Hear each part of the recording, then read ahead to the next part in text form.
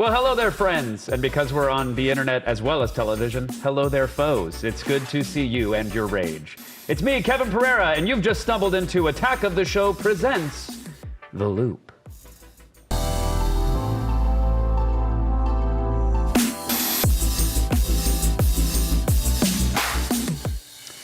My guest today needs no introduction, but I'm actually going to Google him anyways to give him the Wikipedia summation of his introduction, which is a thing that is being developed in real time, Adam. I'm sorry. Spoiler, his name's Adam. Adam Sessler is an American video game journalist, television personality, and consultant. Well, that's professional and vague. He is best known as the former co-host of the video game review series X-Play and the editor-in-chief of G4's video game section.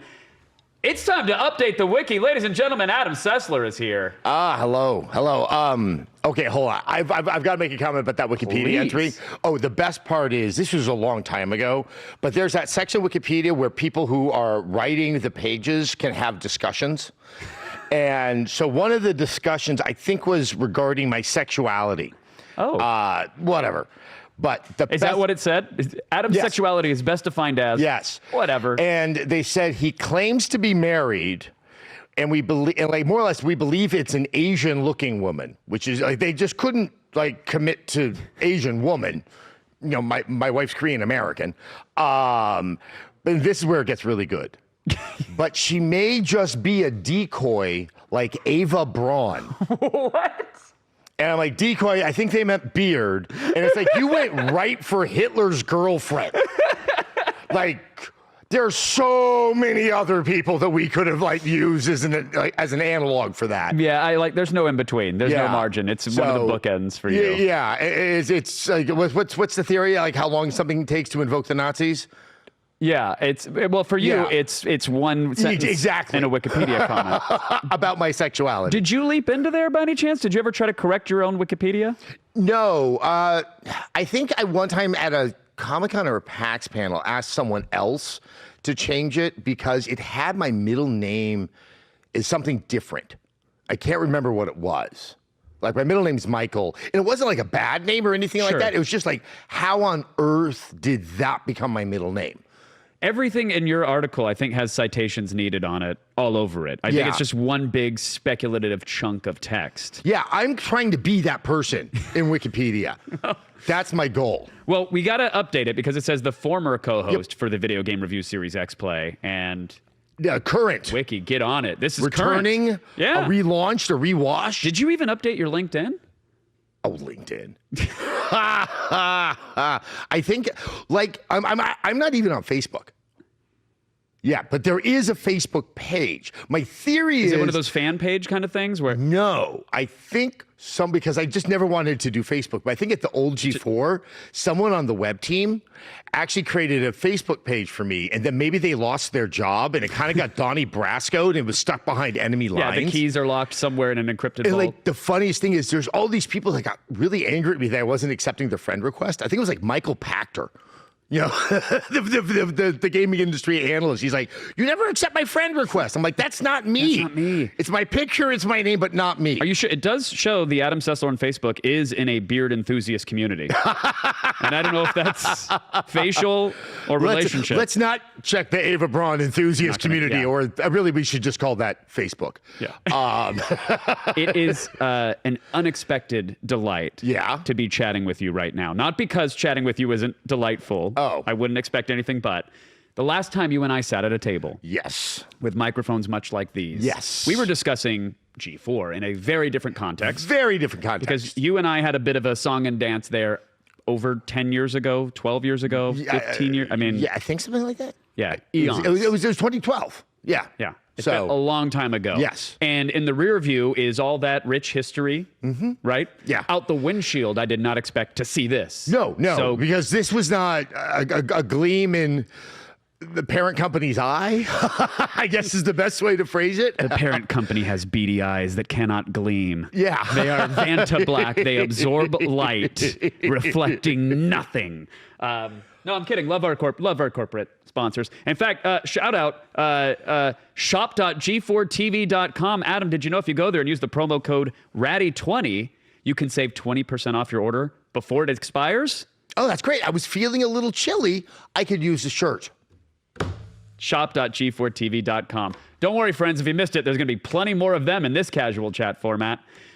So I'm delighted that you and I are sitting here again. Yes. It was unexpected. And when you got, was it a bat signal in the sky? Was it a phone call? Was it a Slack?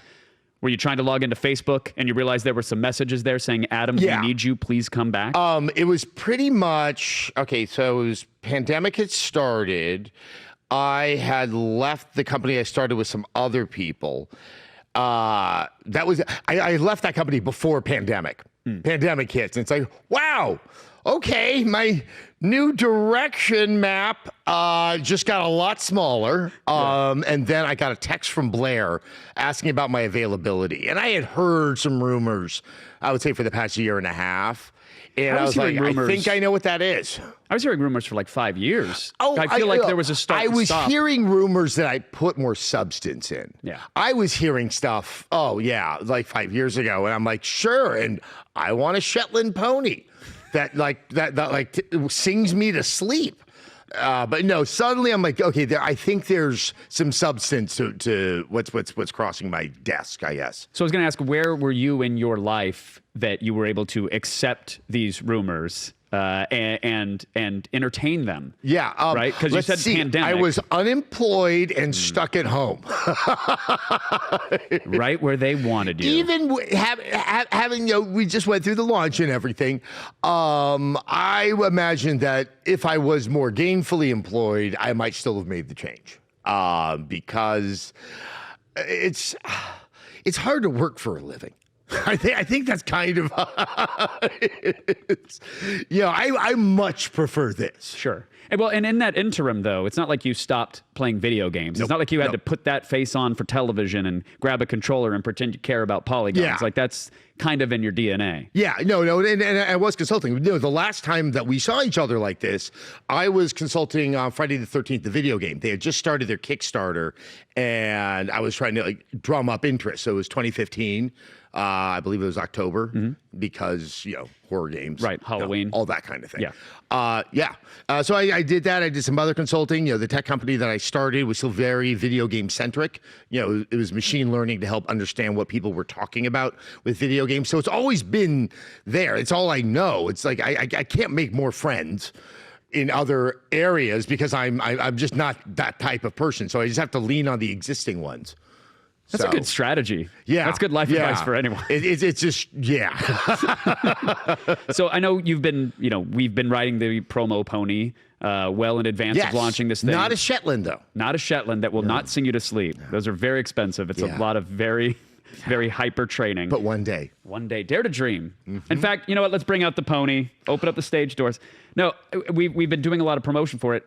What has been a common refrain for you?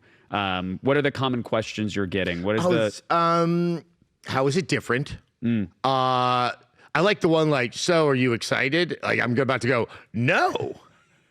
And PR's right next to me going, I've been more plussed about Black Friday deals, I gotta be honest. All I know is I'm missing Succession this week. And you didn't miss Succession, did you? Did you actually miss it? I know. I can watch it on my laptop, but I like to sit on my couch. Yeah, exactly. That requires a sound bar. So I would say that the other one is what brought you back. Yeah. It's my feelings were not. I was not quiet about them, and so a lot of it was, what was it? And I love that question because it was because I was presented with an image of the station that it's that's what I want. And it's young people. It's a diverse group of people, both in backgrounds and backgrounds. That's I guess how you do diversity. But in the games they play, how they grew up. I mean, it's that kind of thing. It looked like this is what I know the gaming audience to be, or I know the G4 audience to actually be, or at least the audience you want to attract and program for. Right? That's true. Yeah, and it's cool, and I want to do this. This sounds really exciting, and I forgot I like the creativity of coming up with bits of having an idea. in my head where I can actually turn to someone and maybe it like becomes manifest. Whereas like during that interim period, I play a game. I could come up with 3 sketches. I could come up with a review. But it's like, where am I going to put that? Right. It's like, and then I tell it to my wife and she's like, stop. I don't care. Hon, I love you, but find an outlet, please. Please do. I can just imagine you covered in like hot glue and pipe cleaners at a Hobby Lobby trying to, I got to make this bit. Yeah. I need a rat puppet. I need some googly eyes. We got to figure this out. Oh, my So God. what, look, I know you get this question a lot, but it is the top of the pops here. So what are you playing these days? What am I playing these days? Halo Infinite, since they went and decided the week I'm down in LA to actually like release the game early. Surprise, surprise. Yeah, I booted up Skyrim with the anniversary, and it was so stupid of me. I started like 36. It was like, only a little bit of time between having been down here because I live up in San Francisco, so the viewers know. I come down here. I was going to go back for about 3 days and then come back down, and during that time, it's like about 36 hours where I have to be at the airport. I'm like, I just want to see what Skyrim looks like. No, Adam. And like I started, and I'm like, oh no, the feeling. I've had the feeling happen. I'm like, I could just maybe get to that first dragon. Okay, hold that thought, if you will, because we have much Skyrim to talk now. Because I'm very torn on this game. I think The Office is as well. So we're gonna take a bit of a break. Okay. We're gonna collect our thoughts on dragons and arrows to the knee. That's in the game. Arrows to the knee. I still got it. And when we come back, we got more with the legendary Adam Sessler. Is that fair? Yeah. Legend? Yeah. I guess so.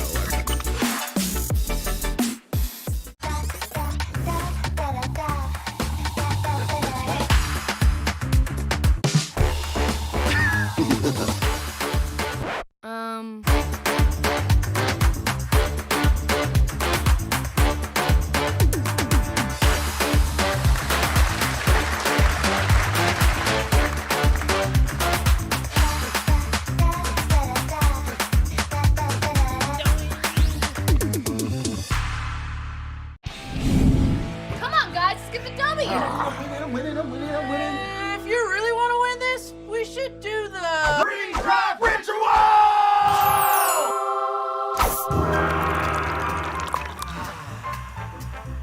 Let's do that!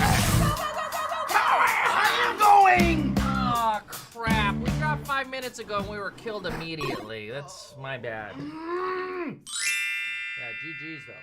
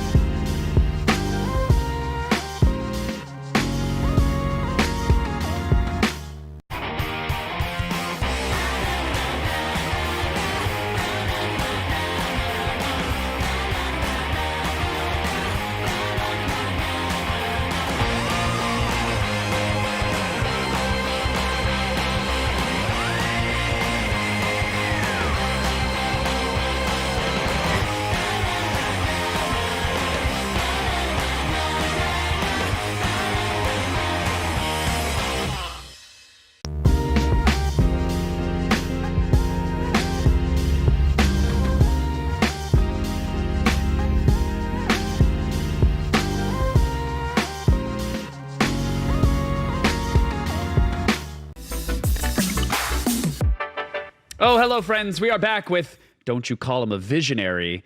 According to the wiki, former co-host for the video game review series X-Play, Adam Sessler. All right, so before the break, we were about to dive into Skyrim. Yes. You made the classic mistake of, I'll just give this a quick boot up. Yep. Let me just look at the title screen. Yep. Let me wake up on a wagon and see if I remember these textures. Yep. And what happened to you? Well, I was like, then I, made the character. And I was like, oh, you know what? I haven't played a Dark Elf. And, what is nice is 10 years later, I now know things I didn't know when I did the review for it. And I had early code, which was, can you actually play a stealth character this time? You could not in Oblivion because the game scaled, it scaled with you. And you can't stealth kill Oblivion monsters. They're kind of up on the sneaking thing. Sure. They're like, whoa, well, hello there. And then they bite your head off. Yeah. And I was like, oh, yeah, I could do stealth magic. That sounds like fun. I haven't done that before. And then that feeling Like, oh, hold on, I could do this. Oh, I bet that dungeon's going to be really neat by when I play this character. And I start making plans.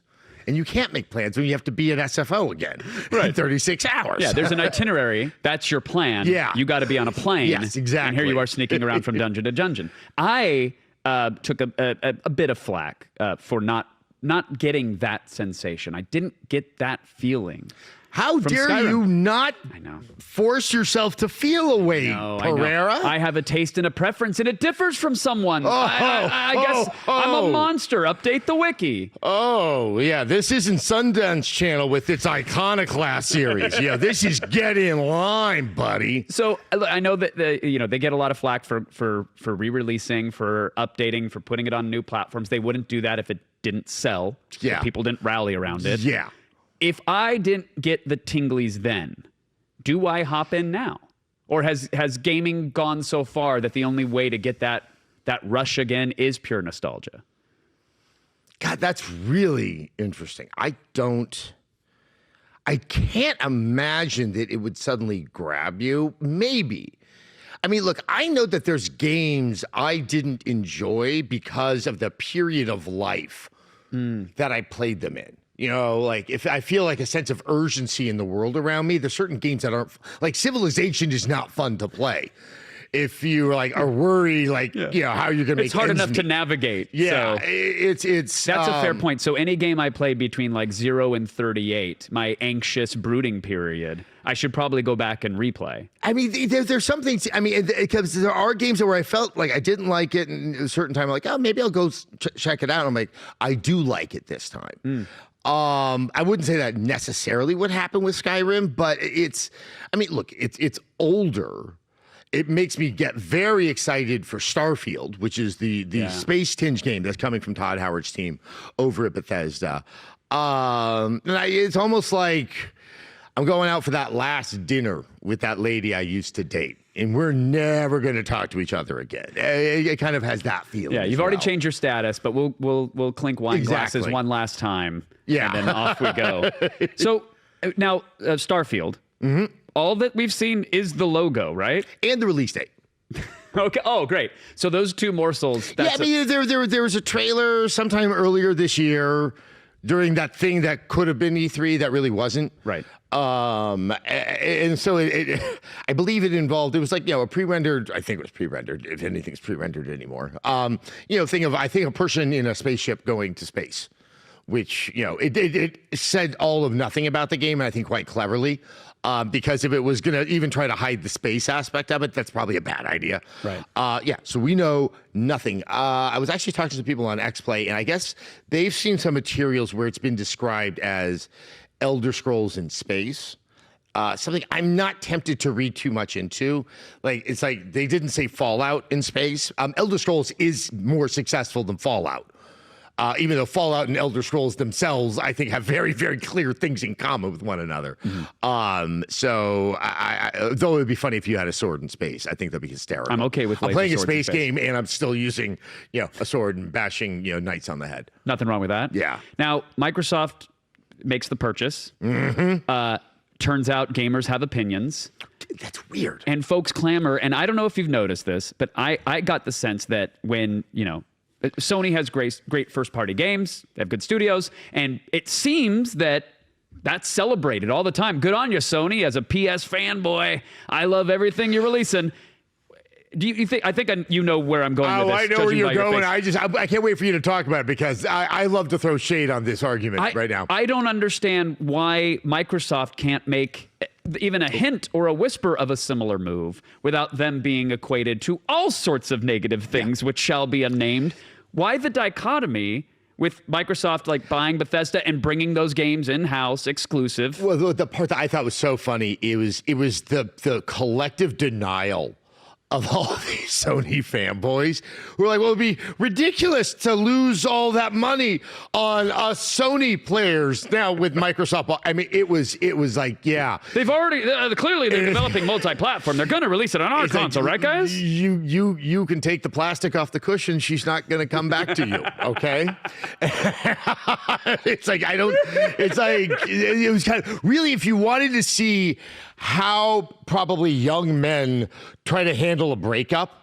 It was like Sony fanboys trying to understand. And, like, you know, I love Sony. I love their games. I cannot stand their fan base whatsoever. I've been on the receiving end of their collective insanity too many times. And so I just ruefully enjoyed every moment of that. I'm still enjoying it right now. I love that. I love how much it's just like trying to structure that argument. Like, if I type it enough times, it must be true. It's like Samuel Beckett. Like, a lot of his characters, especially in like his famous trilogy in The Unnameable, the last of it, you know, these characters, like, it's kind of like they need to keep talking because if they don't, they cease to exist. Right. And it's that's how we start to see sort of like that reaction to Bethesda. All right, so let's talk the core, the meat of the existence that is your role with XPlay. Yes. These game reviews and these opinions of yours. Oh. How have they evolved over time or devolved? I don't want to be presumptuous. How has the process changed? Is it still the same today as it was 12 years ago? No, that has changed. Oh, I mean, so 2012, I leave G4.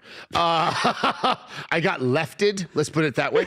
Then I go to Revision 3. And so this is actually my first foray into the world of YouTube and MCNs and stuff like that. And while there are huge disadvantages, it's just, you know, you're always feeding the beast and stuff like that. One of the advantages is we didn't have to do a 3.5-minute review. We're not tied to a 22.5-minute format. And it's like, oh, wow, we can talk about the game as long as we feel necessary.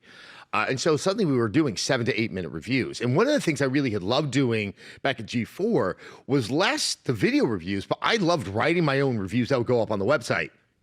Because there, I could go, you know, you kind of want to hit a minimum word count, but you can go long, and I could wax You can make poetic. that extra reference and have that creative flourish. And that allowed me to do the thing I've always believed in, which is like looking at the game also in a larger, like, artistic or cultural context. And so that allows for certain types of digressions. You know, one of my favorite ones that I wrote was the Uncharted 2 review, because I was trying to like explain what that magic was in that game. I felt it reminded me of when I went to go see Raiders of the Lost Ark as a kid with my dad at Grauman's Chinese Theater. Like that sense of like amazement and wonder that such a thing was actually possible. You know, that doesn't work in a 3.5-minute video review because you've got to get to the meat and the potatoes.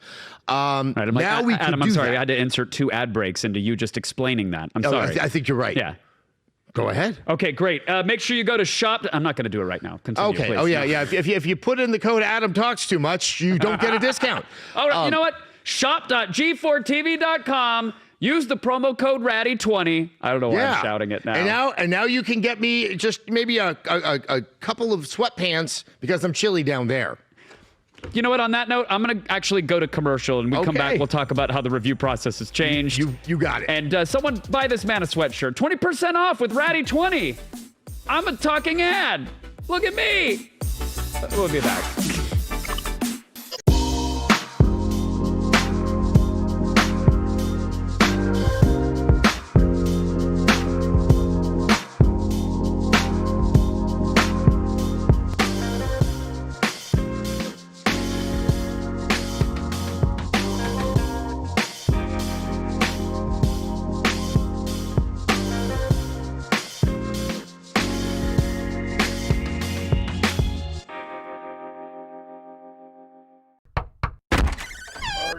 Son.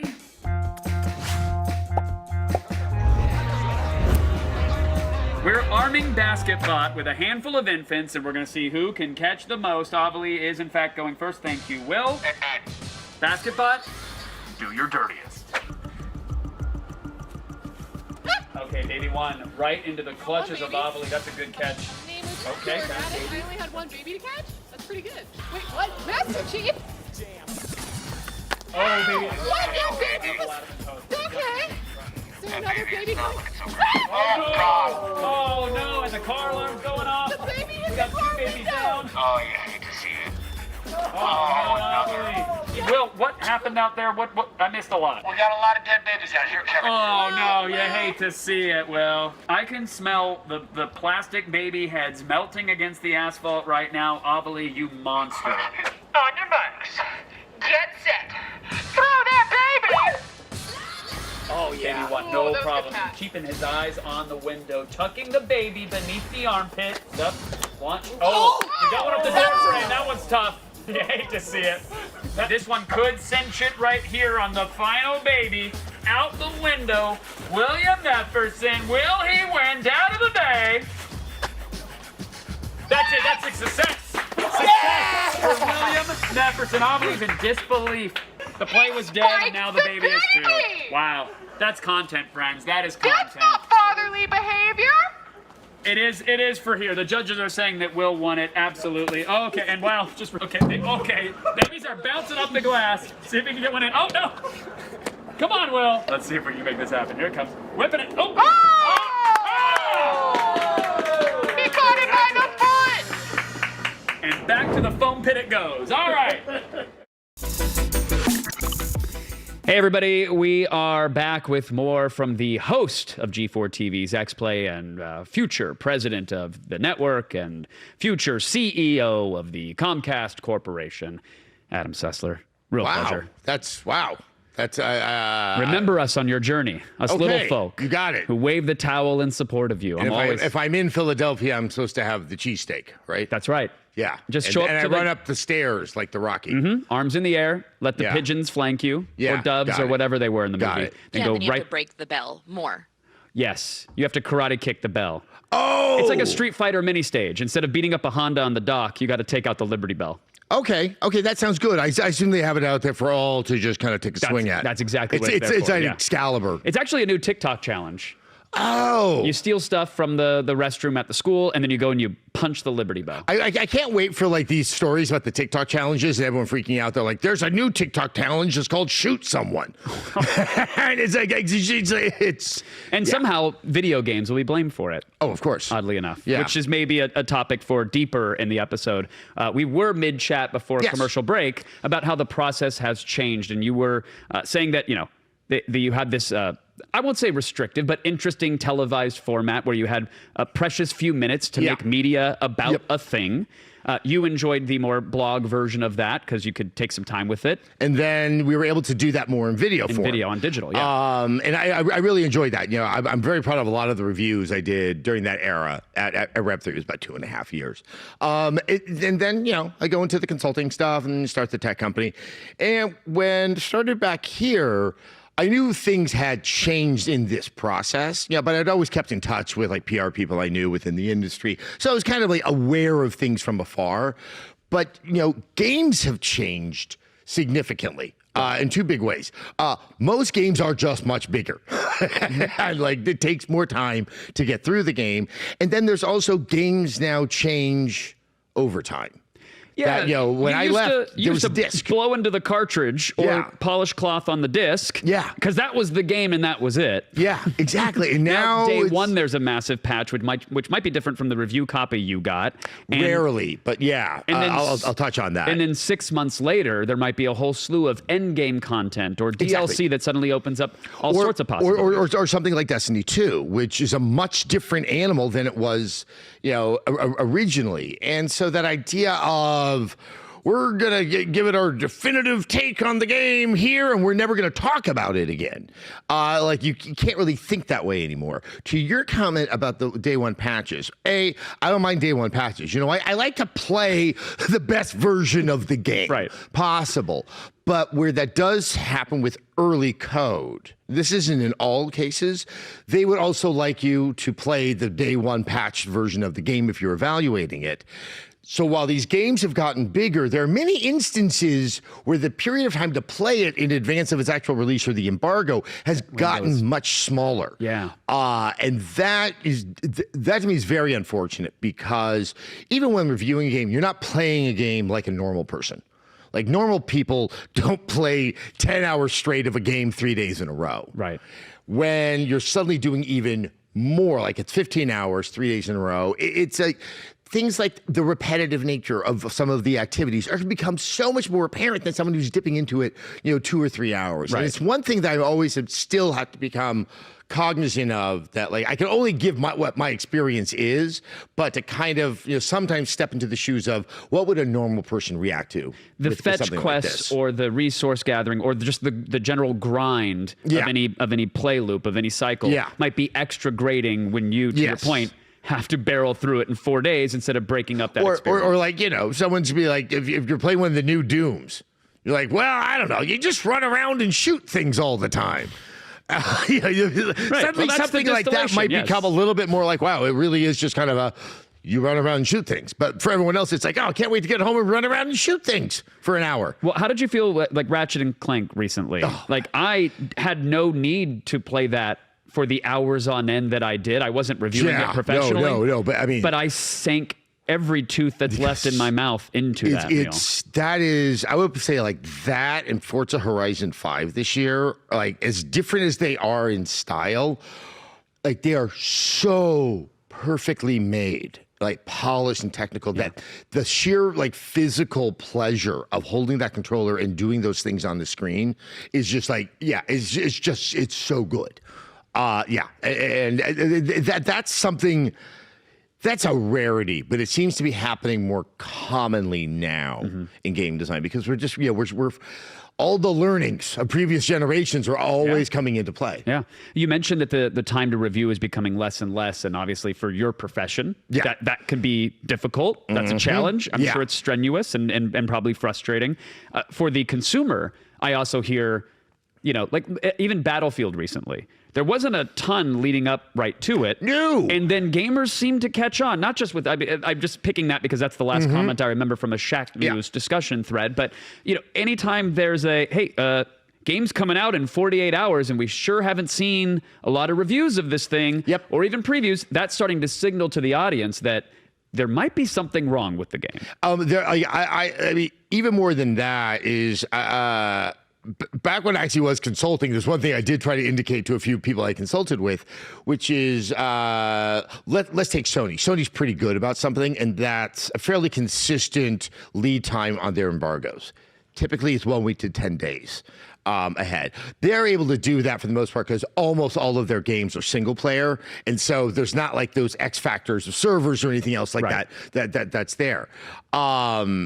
But now that they've done that sort of 10-day lead, if they're able to do it, if they ever change to a 2-day lead on a particular game, man, if that isn't a strong indicator to me who's used to that pattern going, I wonder what's going on here. Right. And there's other publishers where they're wildly inconsistent and you start to actually get a sense like, okay, I think you're I don't know what the desire is. If it's like, we only want you to play a little because maybe that'll hide some of the stuff, or sometimes the game just isn't ready.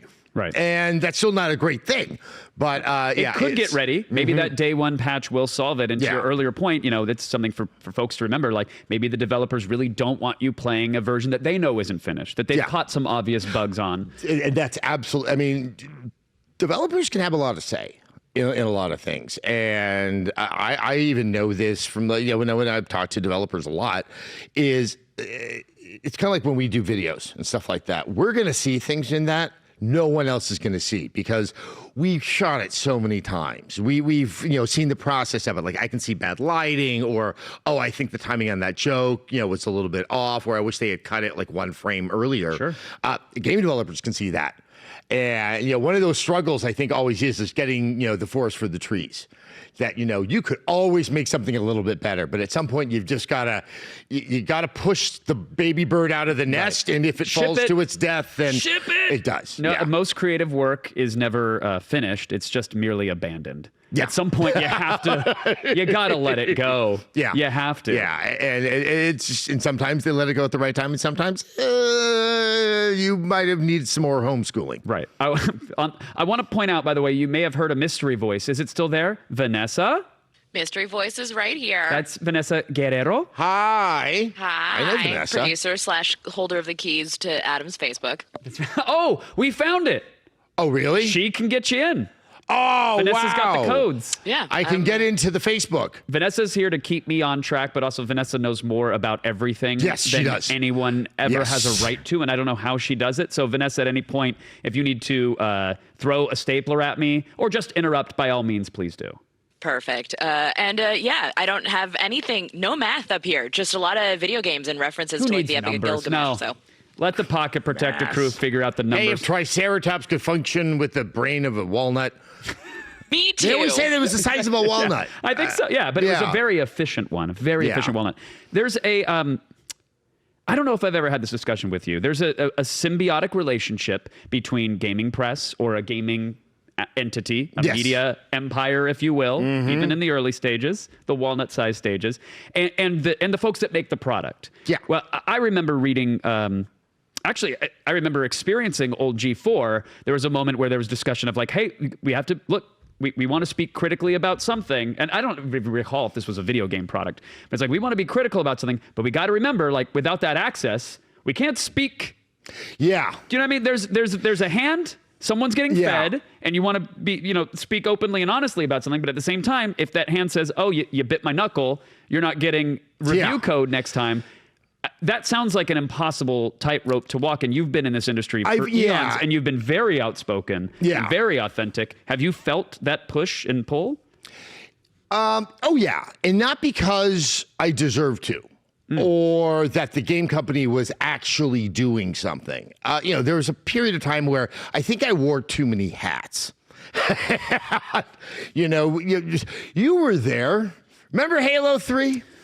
I vaguely remember Halo 3. I feel like I saw the trailer, but then there was And then something happened. There was a commercial. Something happened. When we pulled out of the Halo 3 trailer, it was bad.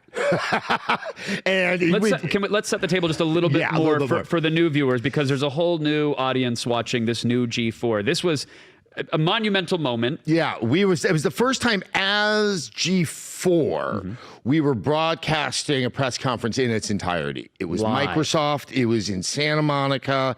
It was at the Santa Monica High School Stadium. I don't know why I remember that. Oh, that's because I will never forget that week for all of my life. I was like, I wasn't on site for it, but I was certainly in a G4 control room when it went down. Yeah. And when they were broadcasting it, they started to cut to commercial. I think it was during the first Mass Effect trailer. And it's like, oh, that's not good. And at midnight, you have to do station identifications. If not, you get fined a few $1,000s, I think by the FCC or somebody. And that was going to happen during the Halo 3 trailer. And I was being asked to take the audience out to break. So for those of you, Jeff Keighley will never make me forget it. You can hear in the video, I'm like, so are you guys enjoying this? And that's me trying to buy time. I'm trying to remember, think of how, maybe the trailer's about to end. Hold the door. Yeah, this is exactly. Are you enjoying this trailer? There's a commercial on the other side. And then I couldn't do it. I put the mic down, and the mic actually picked this up. If you crank it to 11, I found that out 2 days later. We're like, I am not doing this. I am not going to be the guy who has to take responsibility for doing the dumbest thing in the history of things. Anyway, it was a disaster. The disaster actually gets worse that Friday. I'm not even going to relive that one. I just can't. I will have a panic attack. we don't want that. Anyway, but as a result of that incident, I was like, can I take over the editorial and how we deal with these things? And it was just because I felt that we needed to save some face in the light of the industry. I was able to repair everything with Microsoft by just saying, like, hey, those people aren't there anymore. Those decisions won't be made. You'll be dealing with me. But at that point, I'm hosting the show. I am offering my opinion, and I'm dealing with the game companies. Those three don't work in the best. I wouldn't say I ever softened a critique, but I sometimes got stressed that this opinion is going to have these reverberations. Interesting. And I think at the end of the day, I maybe pulled my own punches a couple of times. Not that the opinion changed, but maybe I didn't sharpen my teeth as much. Because it's just oh God, because that's the other thing, because everyone thinks, I see a lot of these discussions about the corrupt press and stuff like that. And it's just, if people could especially people writing about games, if they were able to actually get money from the game companies, they wouldn't live like they have to on these meager salaries. Right. It's absolutely asinine. But, when you're doing TV and you need to have content, especially TV, because we can't have more than 22 and a half minutes a day. We can't have less than it either. And so you're always like, we need more, we need more. And so, yeah, you don't really want to go out of your way and make sure that you close the door. And of course, there are some personalities out there that, have done very well for themselves by antagonizing the industry. Right, that's true. In and out, and they do fine, and they don't get games. I was going to say they're not going to have the exclusive access, and that's the road that they've decided and to a lot of business models, this one included, like getting that review up on embargo means views. End of story. Like you go a few days later, you have left so much on the table. You've left money on the table, and that's unavoidable. In honor of that Halo trailer moment, I have to take us to break. Okay. I'd love for you to delay me or try to stop me from doing that. If Are you don't mind, enjoying this? Yes. Are you enjoying this, friends? Hold the door. Oh, no, yeah. Okay, he's actually very good at this. We're going to take a break. When we come back, more with Adam Sessler. Don't go. I will not be the one Don't go. who takes us to break.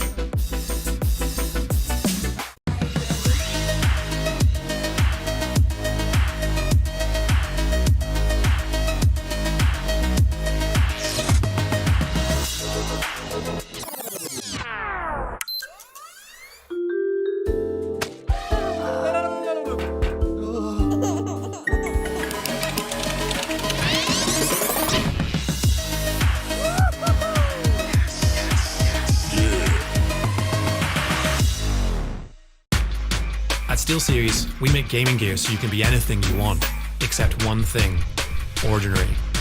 Fight the biggest bad guy you can find. Create something nobody's seen before. Now that's beautiful. Why waste your ammo on this guy? He's so good at games he just nades himself to death. It's up to you how far you go, but whatever you do, go for glory.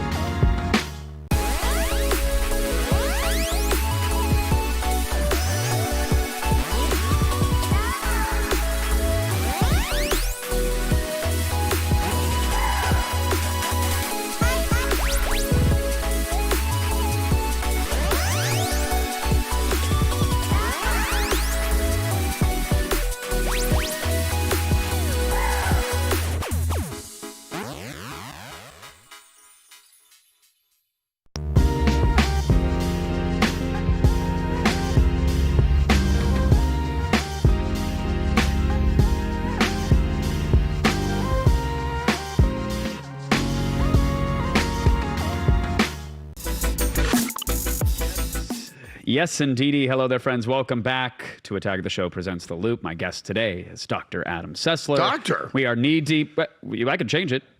No. I mean, originally I was like last break, I was the president of Comcast. You were legendary president of Comcast. So is this a PhD doctor, or is this I'm going to cut you open doctor? Dealer's It's a choice. mail order thing. Yeah. Oh, The certificate is in the mail. You can. Okay, you can put it okay, up. yeah. But, congratulations. Yeah, I graduated from the University of Lambada and got my doctorate in doctoring.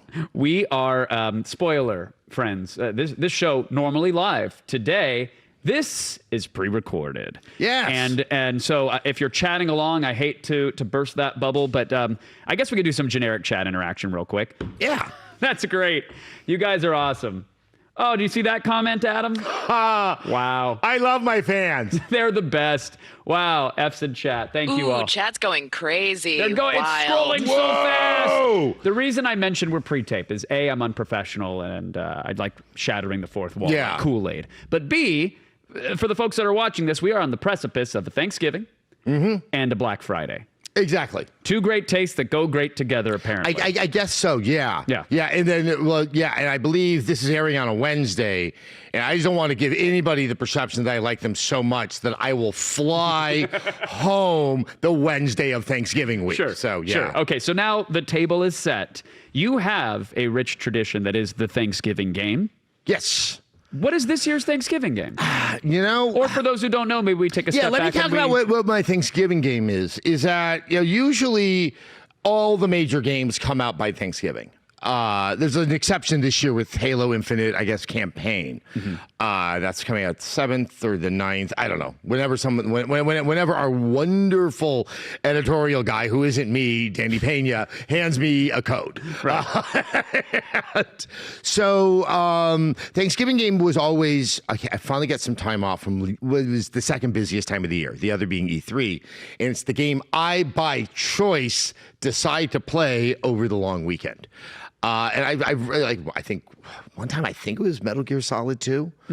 Solid choice. Yeah, because it's like I fiddled around with it for a while, but I didn't have that time to really. That's a game you got to sit back, relax, and just kind of let the weirdness flow over you. I believe one year there was a Halo that did that. This year, it's tricky. I want to go back to Skyrim. Okay. I absolutely adore Forza Horizon 5. I didn't review that one. That one was done by Frost. Excellent review. I've never been a racing car guy, but this one seems to have gotten its hooks in me. Same. Also, I'm trying to play through Dark Souls 3. But this has been going on for months. I just keep on like dipping into it during a downtime. It's almost like I'm using it as training for Elden Ring. Because I have never ever reviewed a Soulsborne. Yeah. I've played them. I don't think I've ever finished. I may have finished Sekiro. Do you enjoy the process of playing those games? Because I really like Bloodborne. Really? Yeah, that one. Yes, I mean, it's one of those. I was resistant to them at first. I do think they're. I think they're meanly inaccessible. I cannot stand the fans that they have. Like these are like really some of the most rotten people out there. Like the people who define their self-worth is, I finished Dark Souls 2 twice. It's not that hard. You all suck, people. It's like, wow. Yeah. You just say unscrewable. And they manage to sound like that. Tattoo it on your chest. They manage to sound like that even in text. Like in the YouTube comments, it's just ASCII dripping out all over the comment section. So like I never wanted kind of to support their demented, outlook of the world. But they are really cool games. One of the key things. I just wish I could see chat right now. Yeah. I know we just established that this is a pre-record, but I'm sure it's mwah. I mean, it's like, it's like Dark Souls fans are the Naruto fans of the modern era. No. They're there for me to poke with a stick. Okay. And the older I get, their insults are just meaningless. They're like, you're just old. I'm like, yeah, I know. Yeah. That's just a lack of respect for experience. Yeah, that's exactly what you're showing, actually. So I like them. I love the art in those games. Yeah. Just like the creature design and all that stuff. And, one of my most favorite games ever is Ghosts and Goblins. And I always loved that game because every level was designed so differently than the one before it that became the reward of the game is, ooh, what am I going to see next? Right. Anyway, I'm completely stuck on this boss in Dark Souls 3.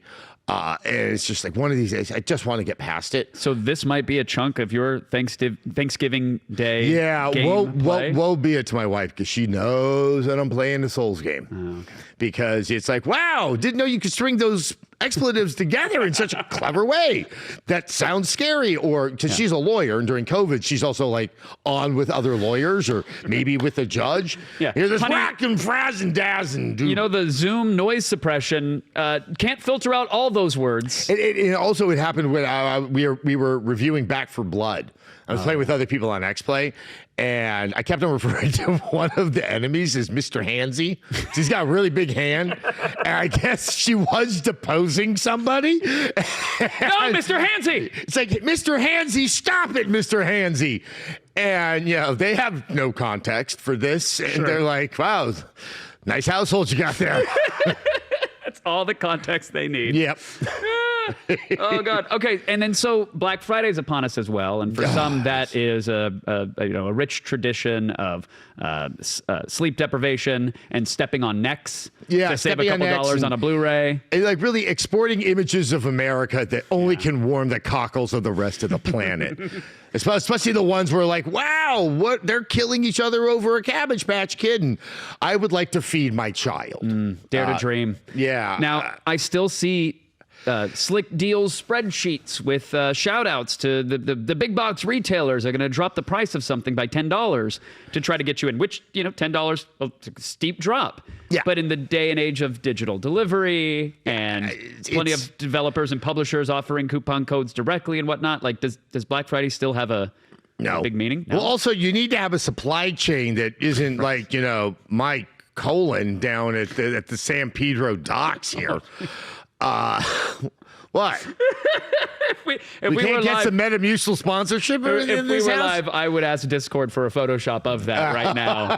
But no, unfortunately So not. yeah, it's still gonna be very, very, very hard to get a new console. Yeah. It's very, very easy to get a game because it's digital, and obviously during COVID, because so many people play games. I mean, the industry wasn't hurting in terms of getting games out was hard, but in terms of games being available. But I would say that the use of digital, downloads just accelerated faster than anyone expected because, did you want to risk your life to go into a GameStop? Right. I mean, people were long predicting the shift to digital, obviously, and there were many charts and many graphs from publishers, developers, and retailers with that chart. And you just dialed it up. You sped it up like 5 years because of the pandemic. Yeah, and which is fine. I'm not, I'm not a huge fan of game packaging. I don't think it's great for the environment. I don't know how much we are going to change the world if we get rid of that. But I had to get rid of all of my game packaging when I moved back to San Francisco from Los Angeles because LA apartments. I'm sorry, LA apartments are big. San Francisco apartments are kind of like Manhattan and Tokyo. Yeah, and I didn't have the space. So I had to throw all those out and put them into binders. Also, I don't even like special editions of games. Really? It's like the games aren't attractive. It's like the same problem that really plagues horror books in sci-fi novels. It's like I probably read more of them if they didn't look so ungainly when you're holding them in your hands and you're out in public.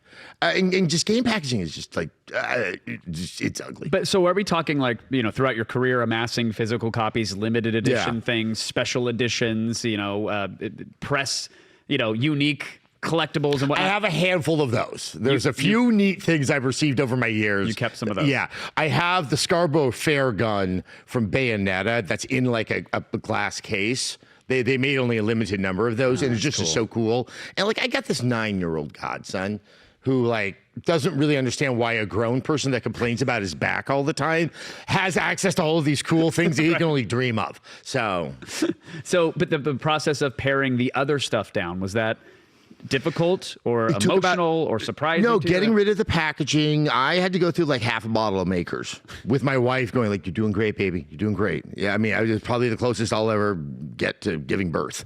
That kind of meaningless encouragement and some degree of opioids as well. Sure. It was tough, but once it was over, it's I didn't miss any of that stuff. Yeah. Look, here's another thing. I don't hold on to my old consoles. Really? Yeah, I don't have enough space. You donate, you trade in? I usually give it to some of my friends that don't aren't as into gaming or they don't have the money or something like that. Yeah, it's that way I can talk to them about things in my life. It's kind of essential. They're now I can be hey, you play that Spider-Man game now that I gave you that PlayStation 4? And then It's just funny that I don't know, and we've never had a conversation that would lead me this way. I've never seen photos of a man cave or a gaming den or whatever your setup is, but for some reason I imagine you with a tasteful LED lighting strip, backlighting, some sort of fiberglass structure with your collectibles and your years of game collections and your whatnot. I have a bookcase that's filled with comic books, like hardbound collected editions, because I think those are good. I have a really big Captain Quark model I got from Insomniac, the Scarborough Fair. Cool. Yeah. But I don't fetishize that stuff. I know everyone thinks that I look like other people's desks.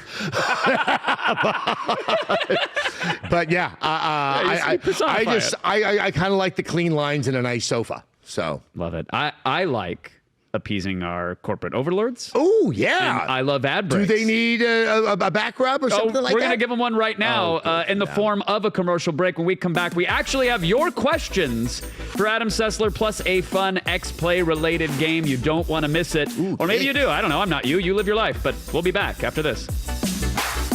I'm into games.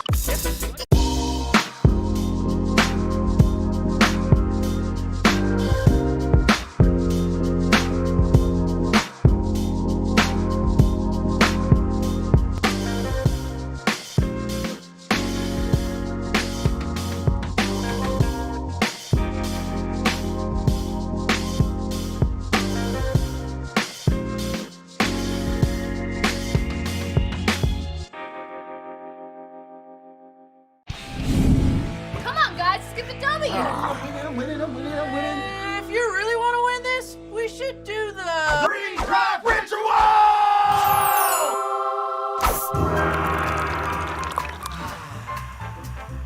Let's do that! I am going! Oh, crap. We dropped 5 minutes ago and we were killed immediately. That's my bad. Yeah,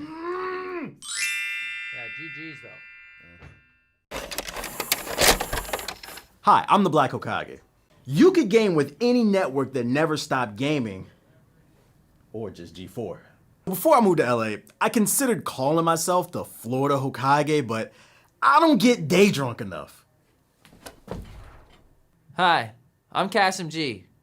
You could game with any network that never stopped gaming, or just G4. People say I'm the most handsome G4 host, and I've asked both my parents. Hi, my name is Kevin Pereira. You could game with any network that never stopped gaming, or just G4. Sometimes, I wonder if my entire life is in a snow globe, inside a YouTube Let's Play. You could game with any network that never stopped gaming, or just G4. My favorite League of Legends character? The sexy one with weird ears. Hi, my name is Avali May. You could game with any network that never stopped gaming, or just G4. My life is like a dating simulator coded by my mortal enemy. My name is Gerard Khalil. You could game with any network that never stopped gaming, or just G4. Life is a speed run that beats you. You could game with any network that never stopped gaming, or just with G4. Can you guys add like the Disney? People tell me I look like a young Kurt Cobain, played by an average-looking sketch comedian.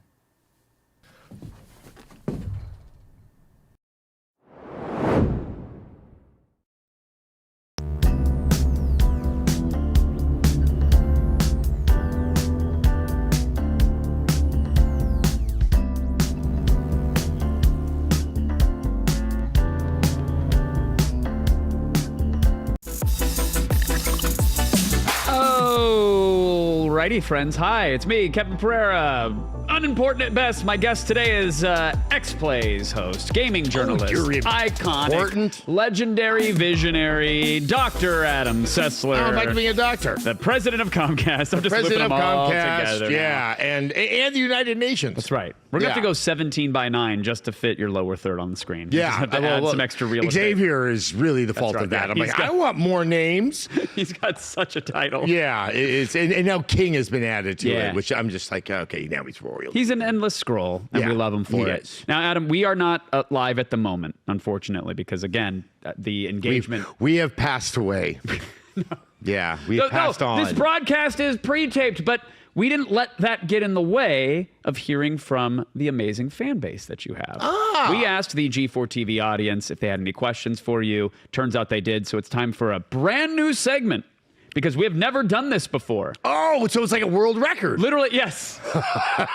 You're a record-breaking guest, Oh, Adam. that's amazing. It's something we call Chat Has Questions, We Have Answers. Let's answer them. That's an amazing segment name. Wait, but there's the graphic. When you see it, it'll be there. Oh. You It'll better be sweet. believe. It'll be pretty sweet. And now, massive reaction to that amazing graphic. Whoa! We outdid ourselves this time, didn't we? Wow, there's like 10 to 15 minutes put into that. Literally dozens of minutes Oh, were put into that. Wow, I gotta try that sometime. All right, so chat had some questions. We have answers. We're going to answer them right now. Okay. Adam Sessler, in no particular order. Here come your questions, good sir. All right. Let's fire them up. And when you see them, you're going to know that someone from chat asked this of you. Really? And it's going to be filtered through me and these screens. And once they're up, what a revolutionary format. hey, there we go. Old redacted username asks, hey, Adam, How do you feel about VR and the implications of large-scale creative and social spaces such as VR Chat Neos, VR, and Rec Room? Oh, I think there's supposed to be a comma there. So VR Chat, Neos, which I'm not familiar with. Maybe this person works for Neos. And this is free advertising. Great, possible. Great move to put yourself there. But yeah, VR and VR spaces, let's say, communal spaces. Have you spent much time in them? No. And it's not like I'm against VR. I'm actually in a VR game. It came from Twisted Pixel. I'm blanking on the name because I did the VO for it a long time ago. I'm gonna have to remember later. That's okay. Chat will correct us right now. Chat is going to correct us. Don't worry about it. We'll get there. But okay, so let's maybe we'll have a broader VR conversation, but also the VR space thing. Have you done a VR chat or done any Rec Room or anything? No, like that? I haven't done any of that. I'm not really. I think the biggest issue with VR still is they need to make it more accessible to more people, not just with cost, but like I don't have the space. Like, we were talking about earlier, I had to get rid of the boxes for my games. Right. And it's kind of like, VR, as it was originally conceived, I think imagined that its early adopters would all be living in the suburbs. And that they had, and didn't drive, so they had space in their garage. I don't have that. I also very strongly believe that VR is going to become more widely accepted, not on the backs of games this time. Because I think it's still very hard to sort of program and really maximize something in VR that works and feels essential. I think sports are going to be the biggest thing for VR. Oh, interesting. Because imagine, like, pay a few $100s and you can sell an infinite number of 50-yard line tickets to the Super Bowl. Right. Or like, I love boxing. As much as I love being back at G4, I do not think it's ever going to allow me to buy the front row ticket to a prize fighter match. And I love boxing. But hold on, I'll pay a few $100s so I can at least be that close to the sweat flying off of someone's face. You want it hitting when they get hit. lens. Yeah, you want to have to wipe it and off. something like that. I really see that being the big push. In terms of the stuff like the chat, being in kind of a virtual space with other people, I think it's cool, though I don't think it's essential. I don't think it solves a problem that exists, but it might create more problems. Look, like the harassment thing is real. Yeah. And I just think sometimes we get seduced. Well, this is just a very Silicon Valley thing. It's like, most of them are blithering idiots down there, I think. If you're paying attention to the Theranos trial and everything, you're kind of like, how did this happen? It's like everyone is just this kind of like just echo chamber. And I think unfortunately, a lot of VR and the whole conversation around metaverse is just this kind of thing where they're like, I think the idiots out there want this idiotic thing that we're devising. Like, that's really how I do think people think out there. And once again, it's just, I don't think anyone's clamoring for VR because there's not that thing lacking in their lives that VR solves. Yeah. Oh, yes, Vanessa. I just looked it up. Is that video game Wilson's Heart? Yes, Adam? Wilson's Heart. Yes. That's Fantastic. Additionally, there is also a Creed VR boxing game that is amazing and a fantastic workout. And also, you just made me realize that I'm dressed like the Theranos lady. No, you're not. You are. Yeah, you are. yeah. You know what? Vanessa's very well funded. Pretend that I'm Walgreens and you can almost bankrupt me. Write a big check. Fantastic. Yeah. There's gonna Sell be you a lie. blood on the floor behind the stage. Because Exactly. apparently that's something that happened in their weird Keurig testing machines that would just kind of spin it around. Which, I just love they spun it and then they just went over to the drugstore and did the actual test. But no, so there, I mean, obviously, okay, the Creed boxing experience is one that sticks out for Vanessa. Half-Life Alyx for me was sort of like, wow, this is amazing. And then I hung up my headset. Yep, exactly. Which statistically, overwhelmingly, the majority of VR headsets get used within the first 72 hours. It's like the first week of ownership. Yep. And then they all get hung out. Because it requires too much of the user. Yeah. And I tip my hat to people that are committed to VR. I'm not going to ever disabuse someone of enjoying something they're doing, except for fascism. Sure. That I will disabuse you of. But it's just, I think we are so far out from wide acceptance because something essential hasn't been done with it. And I think sports are the right avenue for that. The number of times I've been excited, I've owned every Oculi and Vive that you can. And every time one comes around, I am excited by the new bells and whistles, the new Guardian, the video pass through, the whatever it is. And I usually get 2 of them and try to entice the wife to get into that VR community as well. And we'll play a couple hands of poker, or maybe we'll do some rec room or a little VR chat. Inevitably, she will be harassed in a VR space. Yep. I will do my best to diffuse it or make a portal and warp us to another area. Yeah. And then the next night we're back to streaming Netflix or holding controllers. So much about tech and the tech industry, and not the games industry, is predicated either on like human beings aren't inherently evil, or I don't even think human beings are evil. They're just awful. Or like kind of the Zuckerberg approach, which is more like, somehow not having any moral values whatsoever is like, one's highest calling. And so you don't pass judgment. Well, their mission as well, their stated mission. And if you ask any Facebook employee or Meta employee now. Oh, it's not Meta. No, it's not. It sucks. I actually have a good friend that's named Mita, and so when then suddenly they make that change, and I saw her name, and I'm like, oh boy, they got permission. Yeah. No, their stated mission and goal is to connect everyone. They're on a mission to connect everyone. But it seems like in that pursuit, which righteous or not, in that pursuit, they didn't stop and think, should everyone be connected? Yeah, and what tools and moderation and stop gaps need to be put in place so that when the wrong dot gets connected to everyone else, how can you mitigate the damage from that? No, it's just, and you know what? There's one other person that was kind of fascinated by connection, and it was Kojima, and we got Death Stranding out of it. I would really prefer Death Stranding to January 6th. That's kind of, I mean, I don't think that's even a value judgment. And we did it. If at home you had January 6th, the metaverse and VR chat on your bingo card, lucky you. Yeah. Check the tally. When we come back from the break, we'll see if your bingo is valid, and we'll have more questions for Adam. B-I-N-G-O. We got through one, and we can't license that. Adam, that's not in our library. That's not, it's definitely not a... What's his name? Does bingo belong to the people? I think it does. Is it Creative Commons?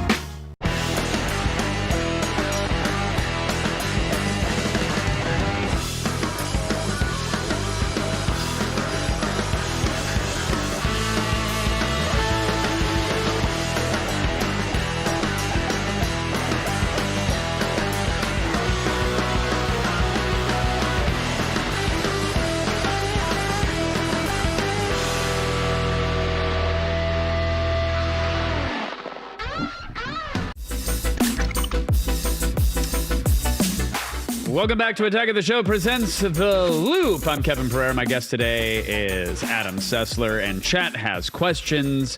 We have answers, and we're going to continue on with this one. And maybe I won't ask 40 follow-ups. We can get through more of the chat questions. Okay.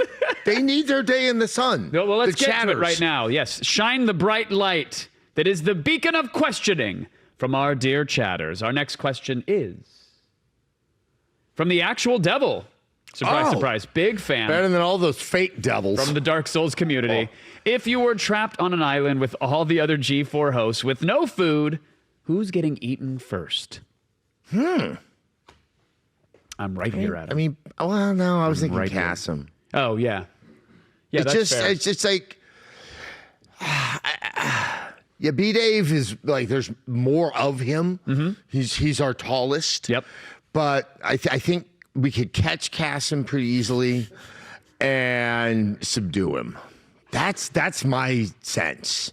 He's like Kobe beef. He seems very relaxed. He eats very well. He's easy to catch. Sure. His marbling must be fantastic. Yeah, you might be on to something there. Do we know if anyone rubs his belly? I know he does constantly. Oh, well, then, when he comes to my desk, he kicks so. a foot up on it and then just starts massaging his stomach while he asks me how my morning's going. Then you know what? And doesn't listen to then the answer. definitely Kasem. Yeah. I don't. How do you catch a Kasem? Is it like a ruler on a cardboard box? Oh, I with think like you just lay out the spikes. That's it. And then you chase him, and he'll like step on them, and he's Okay. like, I can't move. Like that's the point. Nah, I can't move, guys. Yeah. Guys.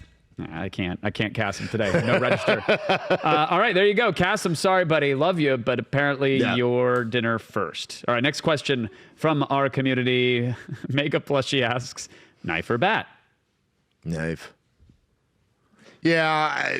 I appreciate I went to the kind of high school where like these were like questions that were asked. And by the teachers. Well, they were issuing you your weapons when you knife checked or bat, into class. Knife or bat, cake or death. The guys who tried to like charge on people with bats at school. This is El Cerrito High School. I know El Richmond Cerrito. Unified School District. Yeah, if you know El Cerrito, it was not for the good things.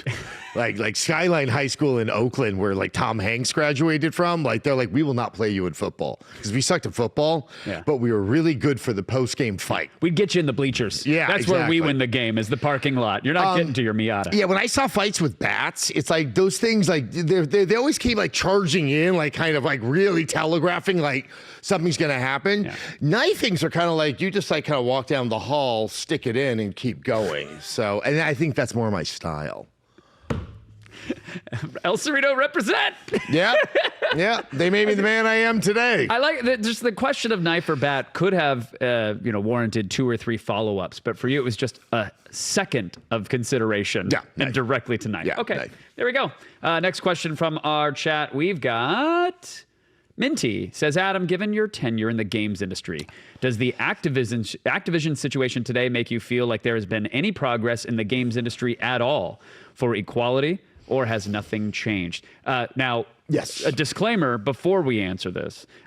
This is a pre-tape. Yeah. And history is happening as of now. while we're discussing. Bobby Kotick is still at Activision. Right. I have every hope, and I have actual professional thoughts that he will not be here even by the end of this week. That we're taping. I think the hole has gotten too deep. Even though the board expressed their support, if you go back and you read the board's I was just going to ask you about that because, okay, we are taping this about a day after the big article hit. Yeah, in the Wall Street Journal. Wall Street Journal claiming that Bobby was a good reporting. Wow. Yeah. That's quite the piece. Yeah. And we're a day later, and the board, as you referenced, released a statement supposedly supporting Bobby. It was. Now, if you go back, yes, it's a statement in support. It makes absolutely no case where they say Bobby Kotick is essential to stay at the helm of Activision and righting the ship. It says something that's so pro forma, like you can imagine an old, like an AI, on a Commodore 64 would have produced something like this. And so I think it was kind of to assuage the markets, or I would even wonder to test the markets to see if the share price in Activision dropped. Now, the question is, did it drop because Kotick might leave or because Kotick is there? So you think that release potentially could be A/B testing the market's reaction to supporting him? Just because the board said that, and one thing that we do know is that Kotick has stacked the board with a lot of loyalists. Mm-hmm. But at the end of the day, they have a fiduciary duty to the shareholders. And the one thing I'm fairly certain of is that if they want to, and I hope they do, the SEC vis-a-vis the Department of Justice can take action now against Kotick. He clearly misled investors. I mean, he went to the trouble. They hired a law firm. This was all part of the old revelation back in the summer, that they hired a very respected law firm that came in to audit this sexual harassment problem there at Activision and pretty much gave him a clean bill of health. We now, that obviously was passed on to the shareholders. We now know that Kotick, who could have said, hey, well, I was told it was fine, and he knew it wasn't fine. That's what the article really points out.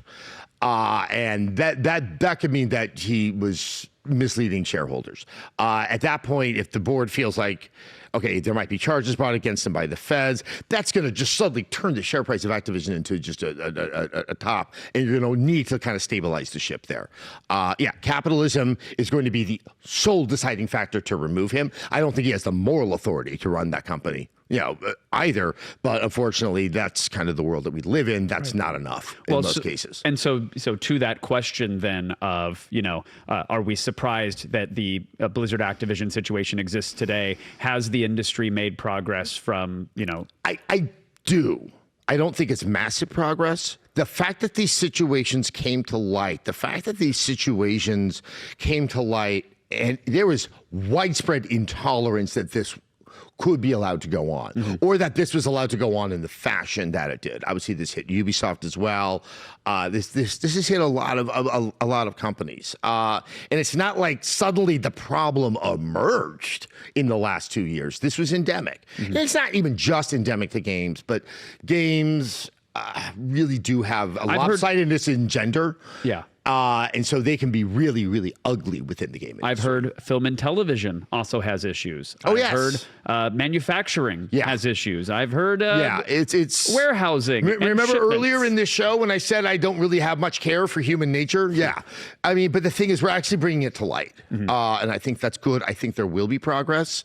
It's one of the reasons I'm really happy here at G4, because I've seen it firsthand. That I've never counted. There's a lot of women that work on XPlay. I think there's a lot of women that work on Attack of the Show, and that's going to prevent certain things from happening in the content of the show, and things. You go back. What was that? It was one of the Kardashians. I never knew what they sounded like. It was on 24 hours a day at old G4. Yeah. Still don't know what they sound like. You weren't keeping up with them? I mean, it was on the monitors everywhere. Right, but there was no volume control. Sure. So, they could have sounded like James Earl Jones, for all I know. Just imagine vocal Anyway, so fry. remember one of the Kardashians did that ad for, I think, Pepsi? Yes, where they're quelling a riot. Was that Kendall? That was Kylie. Kylie? I believe. It was either Kylie or Kendall. It was, I'm a Pepsi. Yeah. And the world's a better place. The riot is quelled. The uprising's done. A lot of people were like, how on earth does that much money get spent? That was like a 90-second ad. This was not a small production by any stretch of the imagination. Yeah. I mean, this went through a lot of hands. But if all the hands look like the same person, and I know at the time, I think the head of the agency inside Pepsi actually was female and a person of color. I might be wrong on that. But still, it's like if most of the hands are the same, then you don't have that person in the room who goes, or maybe you do have that person in the room, but if all the other hands are the same, they're like, we've heard that before. Right. There's enough checks. It's the checks and balances, the gaze upon the product which is being checked, all the eyes look the same though. So it's really not a thorough check. So I think one of the things with what's happening with Activision, what's happening within the industry writ large, what's happening in a lot of American society, that it's one of those where it's never going to change fast enough, and that's good. That's the only way to move things forward. But I also sometimes just want to worry. I don't want people to become too despondent where I'm going to say, no, nothing has changed. You see that a lot because there is such a sense of like, oh my God, not again. And it's like you do. But I've been in this industry long enough. Things have changed. They still have to keep changing. So. Fair point. Let's do one more question before we take a break. Okay. Vanessa, do we have another one here? We have Kadosho says, Q for Adam. What titles are your picks for Game of the Year? Some games. I mean, look, there's some that I love Ratchet & Clank. I love Psychonauts 2. I love Death's Door. I love Forza Horizon 5. I love Deathloop. I really didn't like Metroid Dread, which I'm notorious for. Me and David Jaffe, the original creator of the original God of War series. Yeah. He and I are absolutely simpatico on that. So the only thing I'm going to say that is not in contention on my list, we do not plan to have a monolithic list. Sure. In fact, we could talk about that. I don't like monolithic outlets. Yeah, so what's the process for like XPlay's Game of the Year? Oh, I have no idea. Like we're only in November and we just launched. Like that sounds like a millennia off. Sure. So, Okay. But I can tell you, everybody working on XPlay has a list in their head, and that's what I would like to tap into. Is like, let's learn about everybody and what they like, rather than we need to get in the room and fight and come up with a big compromise. Right. So, well, but okay. Before we do the break thing, yeah, Metroid Dread. Yeah. Look, it's not that good. It's not the worst game. This game did not come over to my house and shotgun my squirrel or something like that. It's just not good. Aesthetically, it doesn't look that good. It's like, ugh. And all these things that everyone keeps on defending, saying like, oh, but that's what Metroid is like. That's what Metroid is like. I don't buy into that. Metroid was the way it was back in like the 80s.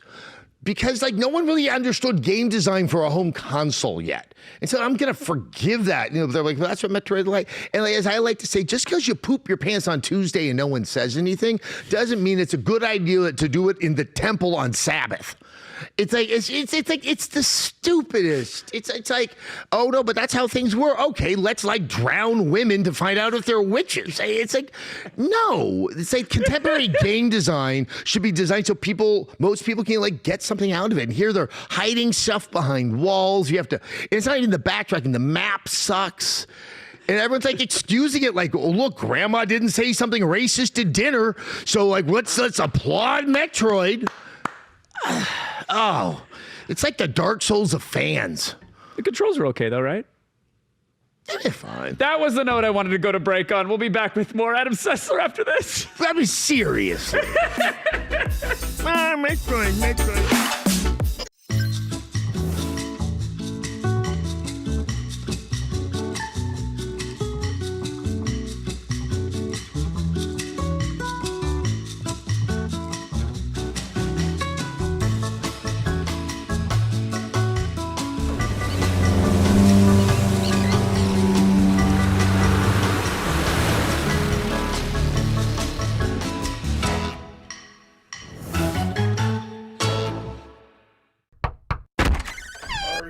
Son.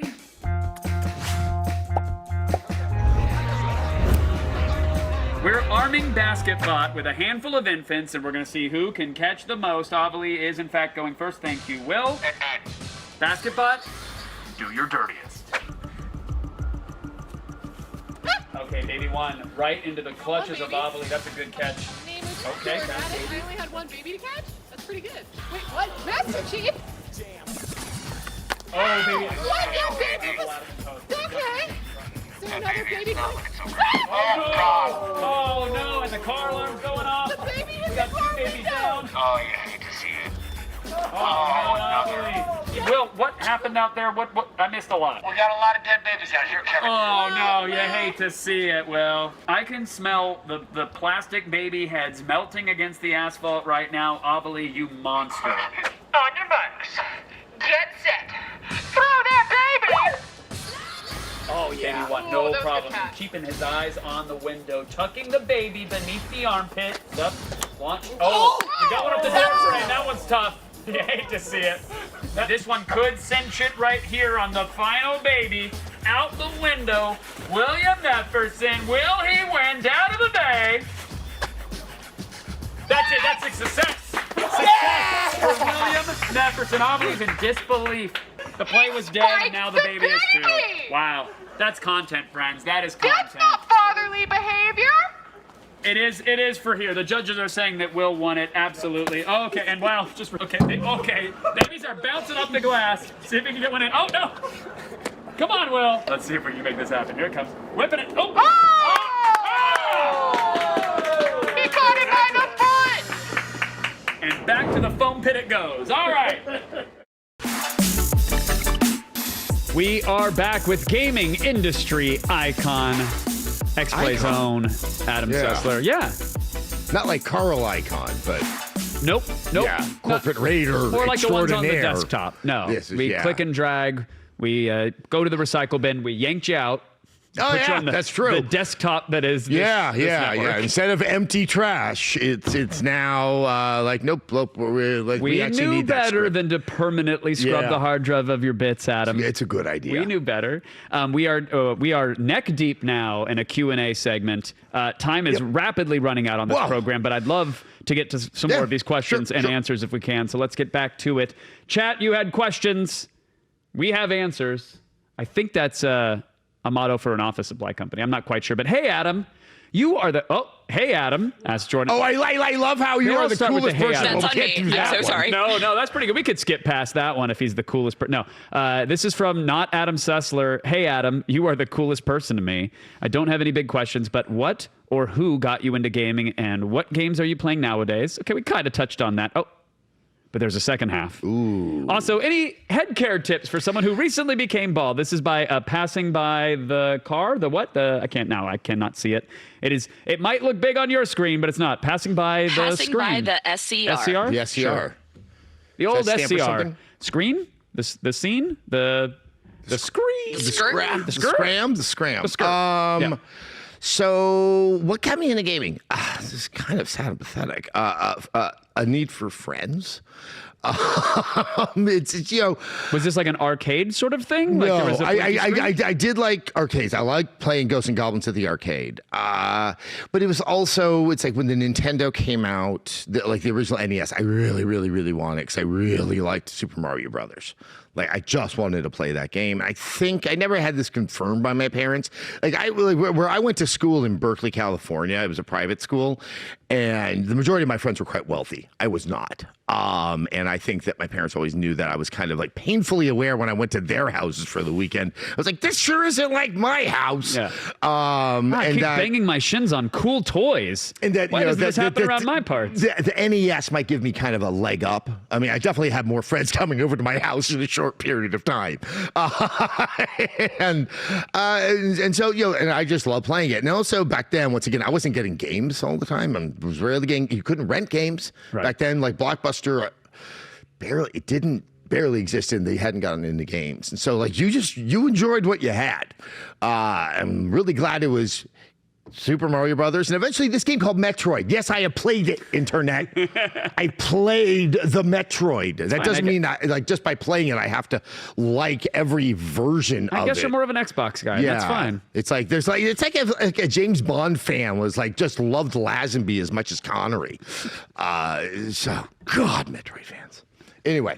But so as an entry point to socialization, this is what this was the milkshake that brought the boys to your proverbial yard. Yeah, and then when I'm playing nowadays, we were just talking about all that. Now ball tips. Yeah, now this is a big one. Important. My brother ventured down the rabbit hole of head care at around the age of 26, 27 years old, and he still struggles with the regimen to this day. I'm not quite sure how. Okay, so important things. You probably want to start wearing hats. I really recommend that. At the very least, put sunscreen on your head. Yeah. It will burn. It hurts like hell. The hair was protecting you from that before. Put moisturizer on the top of your head. It will dry out. And you can get pimples on your head as well. So you might want to just kind of bear that in mind. That can come from wearing a hat, actually. It's a horrible irony. The other thing is, as I did, wear a beard. Some people look great with with a shaved head and nothing here. I look like I went through chemo. So you just take the Woolly Willy and shake some of the metal shavings down to the bottom. This is the stuff that you can obsess about. Like I like nice straight lines, like in my beard. I enjoy getting it. It's like that way you can still do like what is among the more masculine of activities outside of like race car driving, which is getting a nice shave with the straight razor. Yeah, it's manscaping. Everybody knows that. It's right there at the top of the list. Yeah. And now when you create a character, when you're diving into Skyrim again. Oh, bald. So you don't escape into dangly golden physics-based how blocks. irate I was last year about Animal Crossing and that a bald option was not there from the get-go.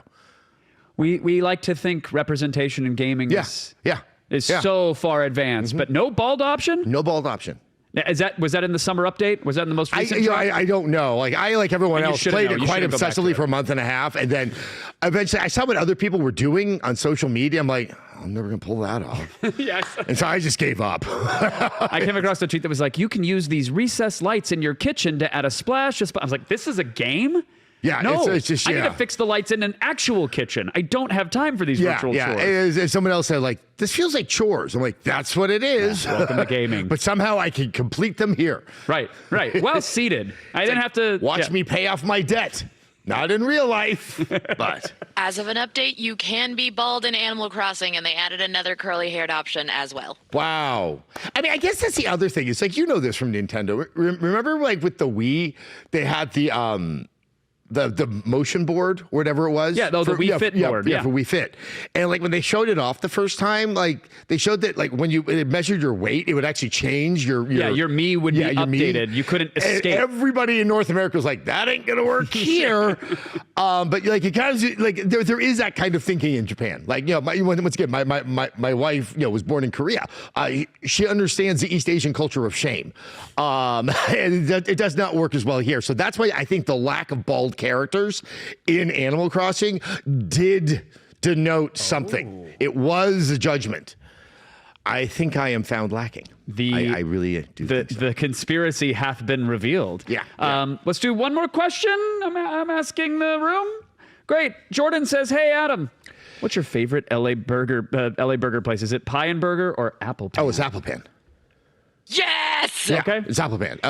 Now I don't even know what this pie and burger is, but when you said it, I'm like, what kind of Apple Pan ripoff is this? Apple Pan is one of the best burgers. Okay, now pardon my ignorance. I've had many a burger, have not had the Apple Pan experience. So it's on Pico, right by Westwood. It's across from that mall that doesn't exist. I think it's a Google, or it was going to be a Google office. Now let's assume I can ask an AI to get me there. What will be the burger experience of the Apple Pan burger? That's the other thing, is that the Apple Pan experience, the building itself, I think it was constructed in the late 20s or 30s, and it looks really odd on the block that it's on. The only seating is on a horseshoe counter. And the place is popular enough that people go in and they just kind of stand against the wall. And it's got this whole quality where you stand against the wall and you just know where you are in line. You don't, there's no one's waiting in line. No take a number. There's no, excuse me, it's and then there's another custom where if you're by yourself, you kind of say, hey, I'm a single, if only one opens up. And then you try to figure out somebody, like someone will go, actually, I'm a single too. I was here before you. It's in like a lot of guidebooks, and tourists panic. If you're taking notes at home, Adam was asked what the best burger is. Thus far, we know where the building is, what the building looks like. We know what materials the interior is made of. We know the seating arrangements. We know don't know which burger to get yet. We have no idea if they have meat patties. There's two burgers. This has got to inform the way you review video games as well. There's the hickory burger. And Vanessa, what's the other one? Is it just a burger? It's not. There's a hickory and a barbecue or something. The hickory burger is the OG, which is the one that has the hickory sauce, not to be confused with ketchup. The steak burger is the one that is more relish and pickle based, and also for COVID they switched to outdoor seating. Ooh, that ruins everything. But anyway, I was like, yeah, because I can tell so much of Apple Pan is experience for you. They have mastered the art of proportionality in a burger. And they understand the importance of one key element that I think gets overlooked, which is iceberg lettuce. And it's like, because if you want to really upset me with burgers, put on some dark greens. It's like, because it's not like burgers must have lettuce. Some sauteed spinach or something. Burgers must have crunch to go with everything else. Right. And guess what? I love a dark green salad. I don't even mind kale. Not on my burger. I need the crunch, and they just stack it thick with good crunchy, some of the best iceberg lettuce this side of the Midwest. So as much as I know you love quantifying these reviews, 5 out of 5? Oh, yeah. It's like a 6 out of 5. Okay. Well, I have a different scale when it comes to things other than games. The burger scale breaks mathematics. I don't know how that works, but when we come back, Adam will be rating and reviewing a bunch of other things, assigning numbers. Important. To that which he loves. The Metacritic will be unleashed when we come back. More with Adam Sessler.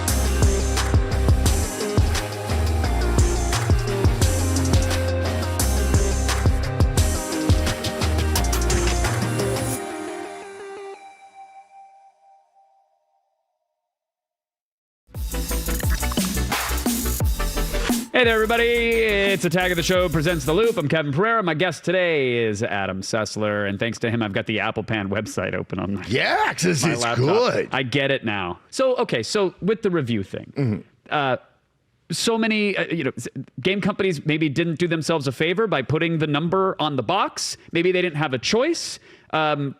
A number seems like, well, I don't know if your scale's out of 5 or out of 10. We're out of 5. Right. No, I'm in general. Like, I don't know. Because sites shift and they change, right? So you're out of 5, another site's out of 10. Yeah. You give a game a 5, that could be very damning on like a Metacritic or an aggregator. Oh, God. Unless they're weighing something You said properly. Metacritic. I know. Well, So that's why I bring it up, because a lot of people rely on the Rotten Tomatoes of the gaming world. Oh, my God. Which is crazy, because, like, it's 50%. Oh.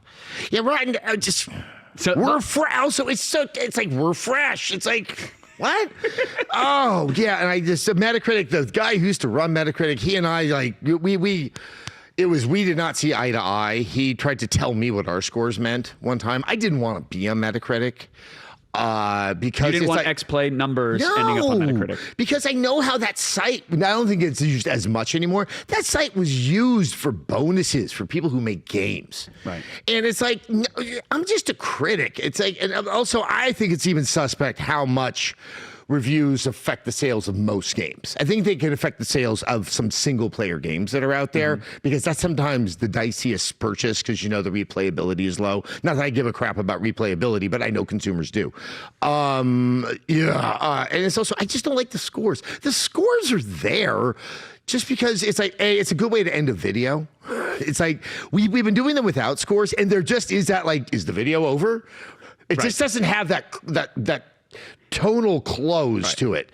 And also, it's until like, I get the hit the subscribe and drop an elbow on the bell, and the video doesn't feel over. People, they're like, what would you give it? I'm like, I don't know. I liked it. And it's like, I never have come up with the score. Like, I'm playing it, I'm like, well, this is a 2.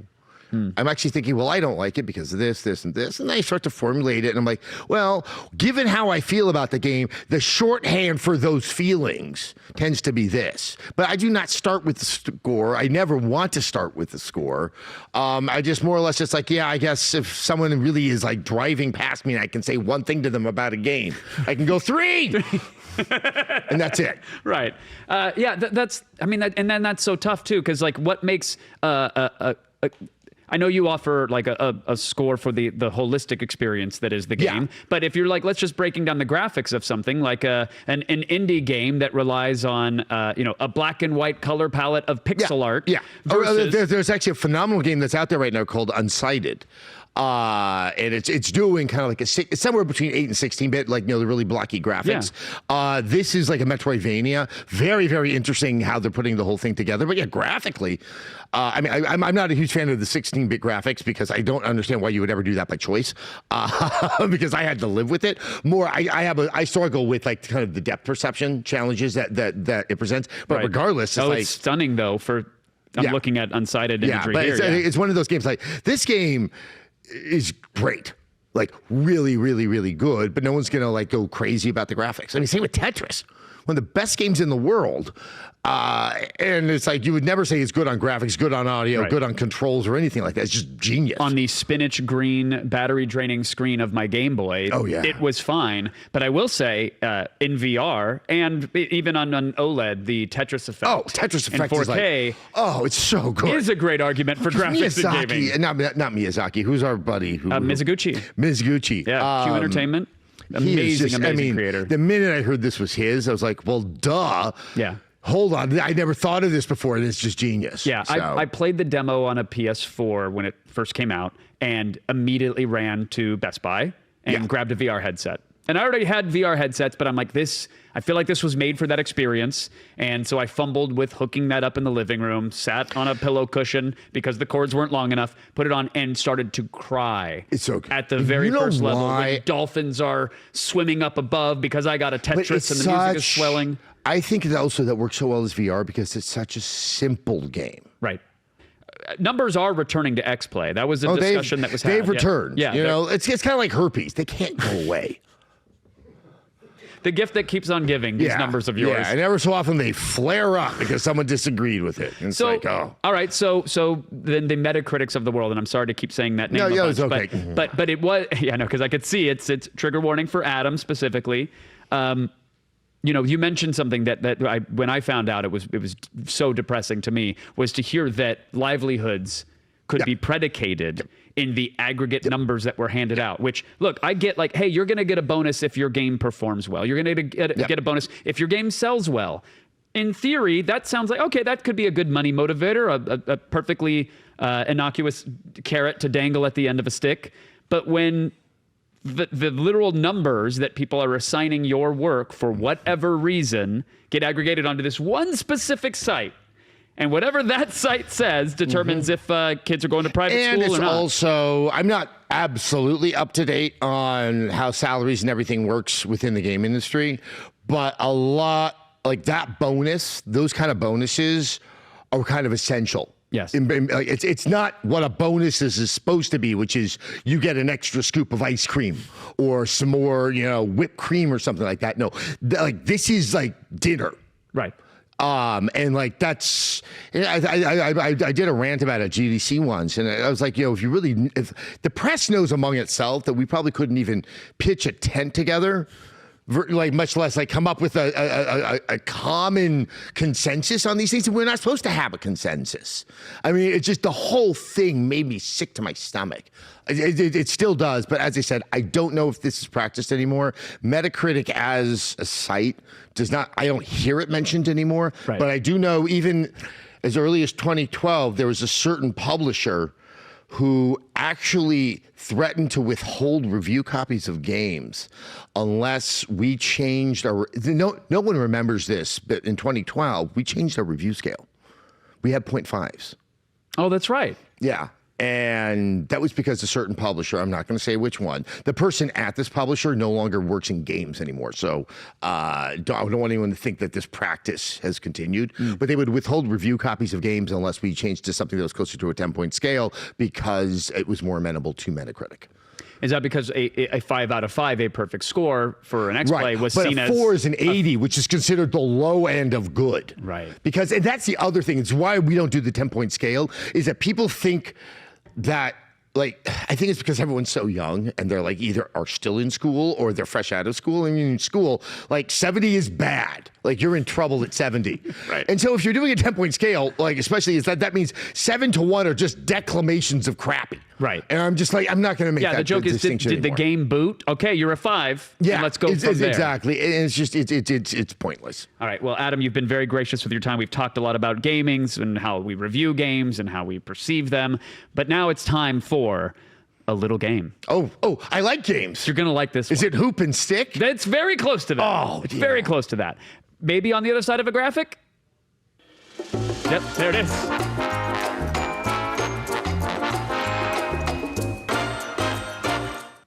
That's a menacing graphic. I just want to let you know. Like, we're going to play a little game.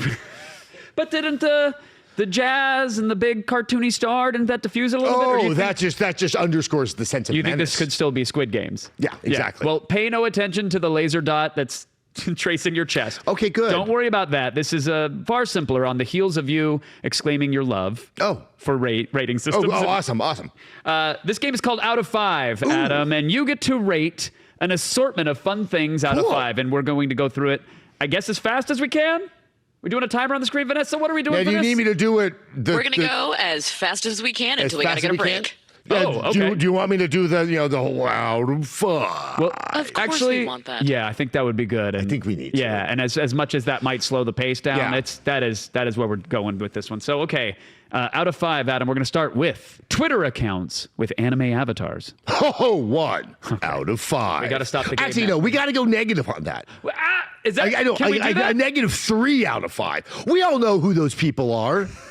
What? Anime fans? Employees at Crunchyroll? No, it's like there was that thing, Bamer bait. I'm not going to say what the real word is. And they all had anime. Anybody, it's more reliable that there's a jackass on the other side of the account than even like kind of the default egg accounts. Okay. Sometimes I just block them proactively. Audible, it's not on the list. What about someone that has an NFT as their avatar? We'll just upset the world. It's like I don't know how you know. 2 Ethereum out of 5. How about pickled fish? Oh, that's like a 5 out of 5. Pickled fish? Oh yeah, I love it. I'm a Jew from like my family's from Central Europe. If it doesn't taste miserable, how do you know you're eating? Like dark rye. I mean, who comes up with that? I love that pickled herring and dark rye. Oh yeah, no, yeah, pickled herring. Someone stepping on the back of your shoe.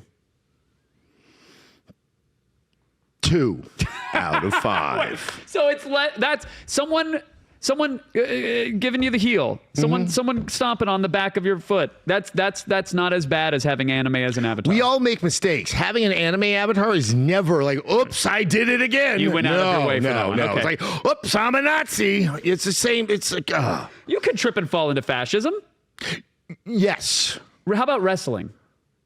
Like, wait, as an activity? Wait. As something I'm rating it out of 5, yeah. Oh, we're talking about all wrestling, the type Xavier does, the Olympic Greco-Roman. No, let's go with that type. Let's go with superstars, combat sports, wrestling. It's a 4 out of 5. For the storylines? I don't know a ton about it. I've gotten to learn so much because of Xavier. And I actually really want to go to one now and just kind of see it. Okay, you want to know how I really, really know wrestling? I'm going to sound like the biggest snob in the world. The great cultural critic, French, Roland Barthes, one of his famous collection of essays called Mythologies, he wrote this famous essay about professional wrestling. And this is back in the 60s, so it was a different type of wrestling. It's absolutely a fascinating read. And that was kind of how I first started to truly appreciate wrestling. It was the French. The French got you into wrestling. What was the description or the dissection of wrestling that it was kind of the way that the role of the character and kind of how it interacts with the crowd. I mean, like he's correct. It's not. It definitely is not like thumbing its nose at wrestling, but it's taking kind of a French philosopher's point of view of professional wrestling. Okay, watching the sunrise. I'm trying to think of the last time I did that. But that's definitely a 5 out of 5. Well, it depends on what I did the night before. 5 out of 4. I was going to say, a 5 out of 5 because sometimes seeing the sunrise, you're like, oh, I have not had that feeling for a long time. Yeah. But, it comes with where are my pants? Right. But it can be really pretty. Now I just wake up early because I'm older and I get scared. That's you fair. wake up, you think about the world, you get up, I better go see the sunrise. In that case, it's a 5. What about watching the sunset? 4 out of 5. Not as good as that old sunrise. Even though I live in the West Coast, and obviously like the sunsets are there. Beautiful. Because you know what they say? It's like it's the crap in the air that kind of gives it all those beautiful hues. It's grim. Yeah. How do you feel about the coming resource wars? This doesn't have to be out of 5. I'm just curious. How do I feel about the coming resource wars? I've been saying this was going to happen for 30 years. I was one of those guys in college where I'm like, there was a whole theory called the North-South theory. That does date that far back, where like people who were paying attention to what was happening environmentally knew that like it was then going to become like most conflict was going to come out of like resources and not sort of ethnic or religious conflict and things like that. That we almost kind of come up with ethnic or religious conflict because we just want to have conflict. Right. And that's I can grab onto that. Yeah. That I can harness and shout at a neighbor. The other stuff is way when it's too like much we for me need to water grab. and you have it. Yeah. That's what it's grim. Well, there are other things we need in this world, like a commercial break, Adam. Whoa, when we come back, that's a resource. We're gonna round out this game. More with Adam Sessler when the loop continues.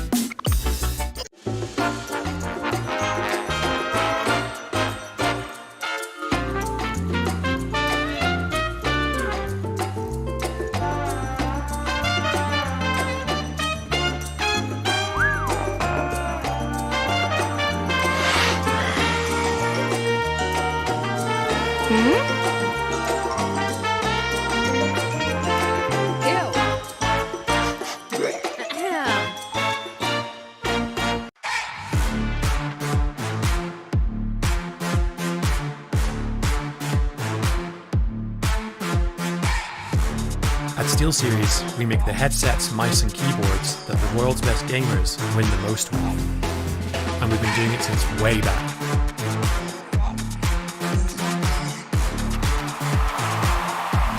It's up to you how far you go, but whatever you do, go for glory.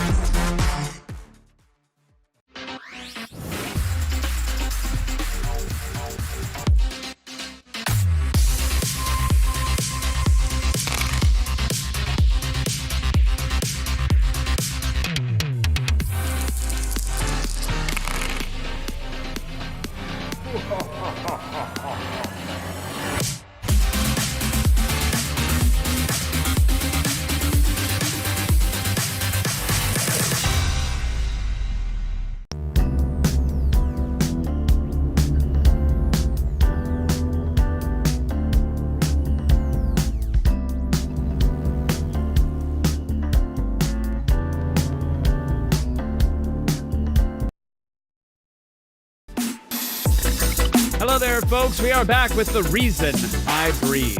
The only reason to get out of bed in the morning, Adam Sessler. What? Yeah. Oh, That's man. where I've arrived. It's immense appreciation and also, I think, clinical depression, but that's okay. Okay, yeah. We were, last we caught up, we were talking about the coming resource wars. Yes, the coming resource But wars. that was in the midst of rating some fun stuff. So Yeah, maybe we can exactly. get back to assigning numerical values Okay, let's to do that. experiences in this world.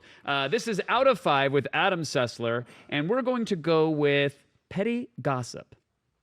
That's a 4 out of 5. Have you been known to gab? Oh, well, I actually prefer to listen. Well, look, I'm not really a journalist, but I run in a circle of other people that do reporting and stuff. We all hear things. Sure. So, yeah, there's that petty gossip. I work in the entertainment industry as well. I like, really, petty gossip is so much better than actual gossip because that's like Les Moonves. Right. And that's grim and scary. Yeah, actual gossip can have Yeah. deep ramifications. Yeah. The petty stuff is that's Well, it's like sometimes it's just like, oh my God, horrible things are happening. Where petty gossip is like, did you see those shoes? Did you hear why they had those shoes? Right. So, yeah. You said you're not a journalist. No. You don't fancy yourself one? No, not in the least. Now why is that?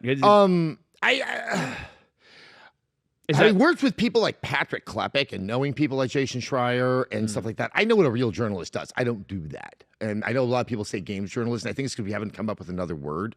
I think I'm a lot closer. Obviously, I'm a reviewer, and I'm kind of like a Maureen Dowd. Like, you know, a columnist for the Times or the Post or something like that, because I'm always going to be opinionated. Ever so often, because I am well connected, I might come up with a story. Right. But it was not so much that like You haven't I'm been out there hounding someone looking for down. a scoop. Right. You're not. There's real people that do that very well. I absolutely hate stealing their thunder with that title. Out of 5, Adam, wearing pants at home. 2 out of 5. Yeah. 2 Yeah. out of 5. Has it been tough to adjust to a post-pandemic pants wearing? Well, also, it's like I think like many other people, I discovered really nice sweatpants. Yeah. Like Athleisure. Brooklyn, I don't think I'm allowed to even mention their name, but yeah, I'm just not going to say that word. You can bleep it. We should get them as a sponsor. No. Like really soft, high-end sweatpants are awesome. I'm with you. I've been going with athleisure. I've been putting on like actual pants and decent shirts-ish. Oh, do you know because I how feel a many sense of jeans I responsibility, bought in the week leading up to lunch? Yeah. I was like, I guess I need more because I'm probably going to put mustard on these, and I Yeah. can't wear that on camera. Yeah, I've got about a month before I revert back to my my Crocs sandals and my hiking pants. And Good, that's about it. a good morning game wearing nice sweatpants. Oh, it's good. Okay. Now, what about pot? What kind of smokable It says kind? pot, and this could be for a succulent, but I think this is the devil's lettuce, jazz cabbage. This is indeed the So devil's this is a tough one. For me personally, it's a 2 out of 5. I do not react to it well. It's Anxiety and panic attacks. Primarily that. As I like to say, I suddenly decide to go over all the bad decisions I've made in life. Sure. And it's horrible. There's so many other people out there. They're like, "Oh, you should try this. You should try this." Yeah. I so don't want to ever go through that sensation again. No, I man, just it's don't. the wrong strain. But And God, plus, you got to burn it with a nail. I do not fault anybody who does it, although people would get in trouble for drinking on the job. And it's like, there's so many people I see that are stoned on the job. There's probably some jobs that, if you're working at an Amazon warehouse, I bet that's a far better way to pass the time. Sure. If you're interfacing with the public and you have that glazed, I don't care what you say look, it really can be like, it's like, you know, like I have like half of the Erewhon like health food stores here in LA. It's either they're stoned or they're anemic. And I can't figure out which, but you get the same kind of lacking service. All right, we're going to rapid fire these, so no need rapid for fire. the pregnant pause. I'll just give you the number. Smoking. 1 out of Garfield. 5. 1 out of 5. Clowns. 4 out of 5. What? Yeah. I mean, my wife is terrified of them. I think Killer Clowns from Outer Space is a fine movie. That's a great, Yeah, cotton candy so, cocoons. yeah. Okay. Licorice. 3 out of 5. The moon landing. 5 out of 5. Well it done. happened. Well, allegedly. It happened. Allegedly. It happened. Okay. Well done, steak. 1 out of 5. And Zack Snyder. 1. Is there like that? He is the anime avatar of visionary directors. Yeah. Okay. How do you mess up zombies in Vegas? That intro sequence was the movie that I wanted. Yeah, which clearly was made for the trailer. Right? I Yeah, mean, it's like, oh, but remember that PS3 video game Lair? No, The Dragon Combat game? I don't remember that. Like, I'm it gonna look it sucked up. because it's like, it was Factor 5 who did those incredible Star Wars fighting games on the GameCube. And this was like motion control on the PS3. Oh, yes. And it's like, somehow that game got messed up. Yeah. And like, I always think of Zack Snyder with that. It's like, how did you get zombie? I mean, it's like, you almost have to applaud someone. It's like, that is creative navigation to screw that up. Last but certainly not least, pineapple pizza. Oh, 1 out of 5. Okay, that's it. I can't. Well, that's why you're on the other end of stage A. It's like, we can't get near each other. It's like two Ron Silvers touching each other in RoboCop. We're never going to fight each other at the crafty table. I guarantee you that. Yeah, well, that's good. It is, we are at precious moments left, dear Adam. As such, it's time to grab the saddle and ride the promo pony on out of here. You'll see. There he is. There he is. Oh, I didn't know that was how it was going to make its appearance, but that is terrible, Vanessa. That looked, I gotta be honest, that looked more like a horse than a pony. No. Terrible, like, we'll learn my vernacular. Terrible is amazing. Oh no, I mean it too. Run it again. Like dumb is amazing. Run it again. Okay. Give me that pony. But really, that's a horse. Let's take a look. That looks like a The full-size census scale is adult tough horse. here. That's a very, if you think about how much real estate there is, the horse could take the whole thing. We'll get to that later. You can rate our promo pony later. But Adam, let's ride the promo pony. Yes. How can people get more of you and see you and just inject you directly into their eye holes and veins? YouTube.com/XPlay. There's so many videos. There's new ones going up every weekday. Also, Tuesdays and Fridays, we will be doing the live stream here from this very stage, but on the other end of it, where we don't like pineapples on pizza. That's fine. And obviously that we're available as a regular show on the G4 cable channel. And then if you need to yell at me, go to my Twitter account at Adam Sessler. Love it. Adam, thank you for being so Oh, gracious. no, this is fun. With your time. I know this is again, pre-tape. It's been a crazy week. Yes. But it's always a delight to And have it's you. not over yet. Not by a long sight. They say I see my family at the end. Friends, Adam might see his family, but you can see some amazing merch and delightful deals if you go to shop.g4tv.com. Use the promo code RADDY20 if you want to save 20% off your order before it expires. I want to thank you for tuning in to Attack of the Show, The Loop, not because it says it on this card, which, spoiler, it does say that. Also, I love my family. No, I want to say we're taking a break for Thanksgiving Day, and we'll be back on Friday with a pre-taped episode of Invitation to Party. That's our D&D show. I predict chuckles and laughs, maybe some dice rolls as well. Who knows? Also, check out g4tv.com/schedule for more details on when and where you can check me out, check out Adam Sessler, get our D&D show. We got an esports show called Boosted. There's so much content. We're teaming with it. Our seams are bursting, and you can rate it yourself. So far, I'd give this show a 1 out of 5. Thanks, Adam. Oh, my pleasure. Thank you all for watching. Goodbye. You know, I hear the cast. I'm really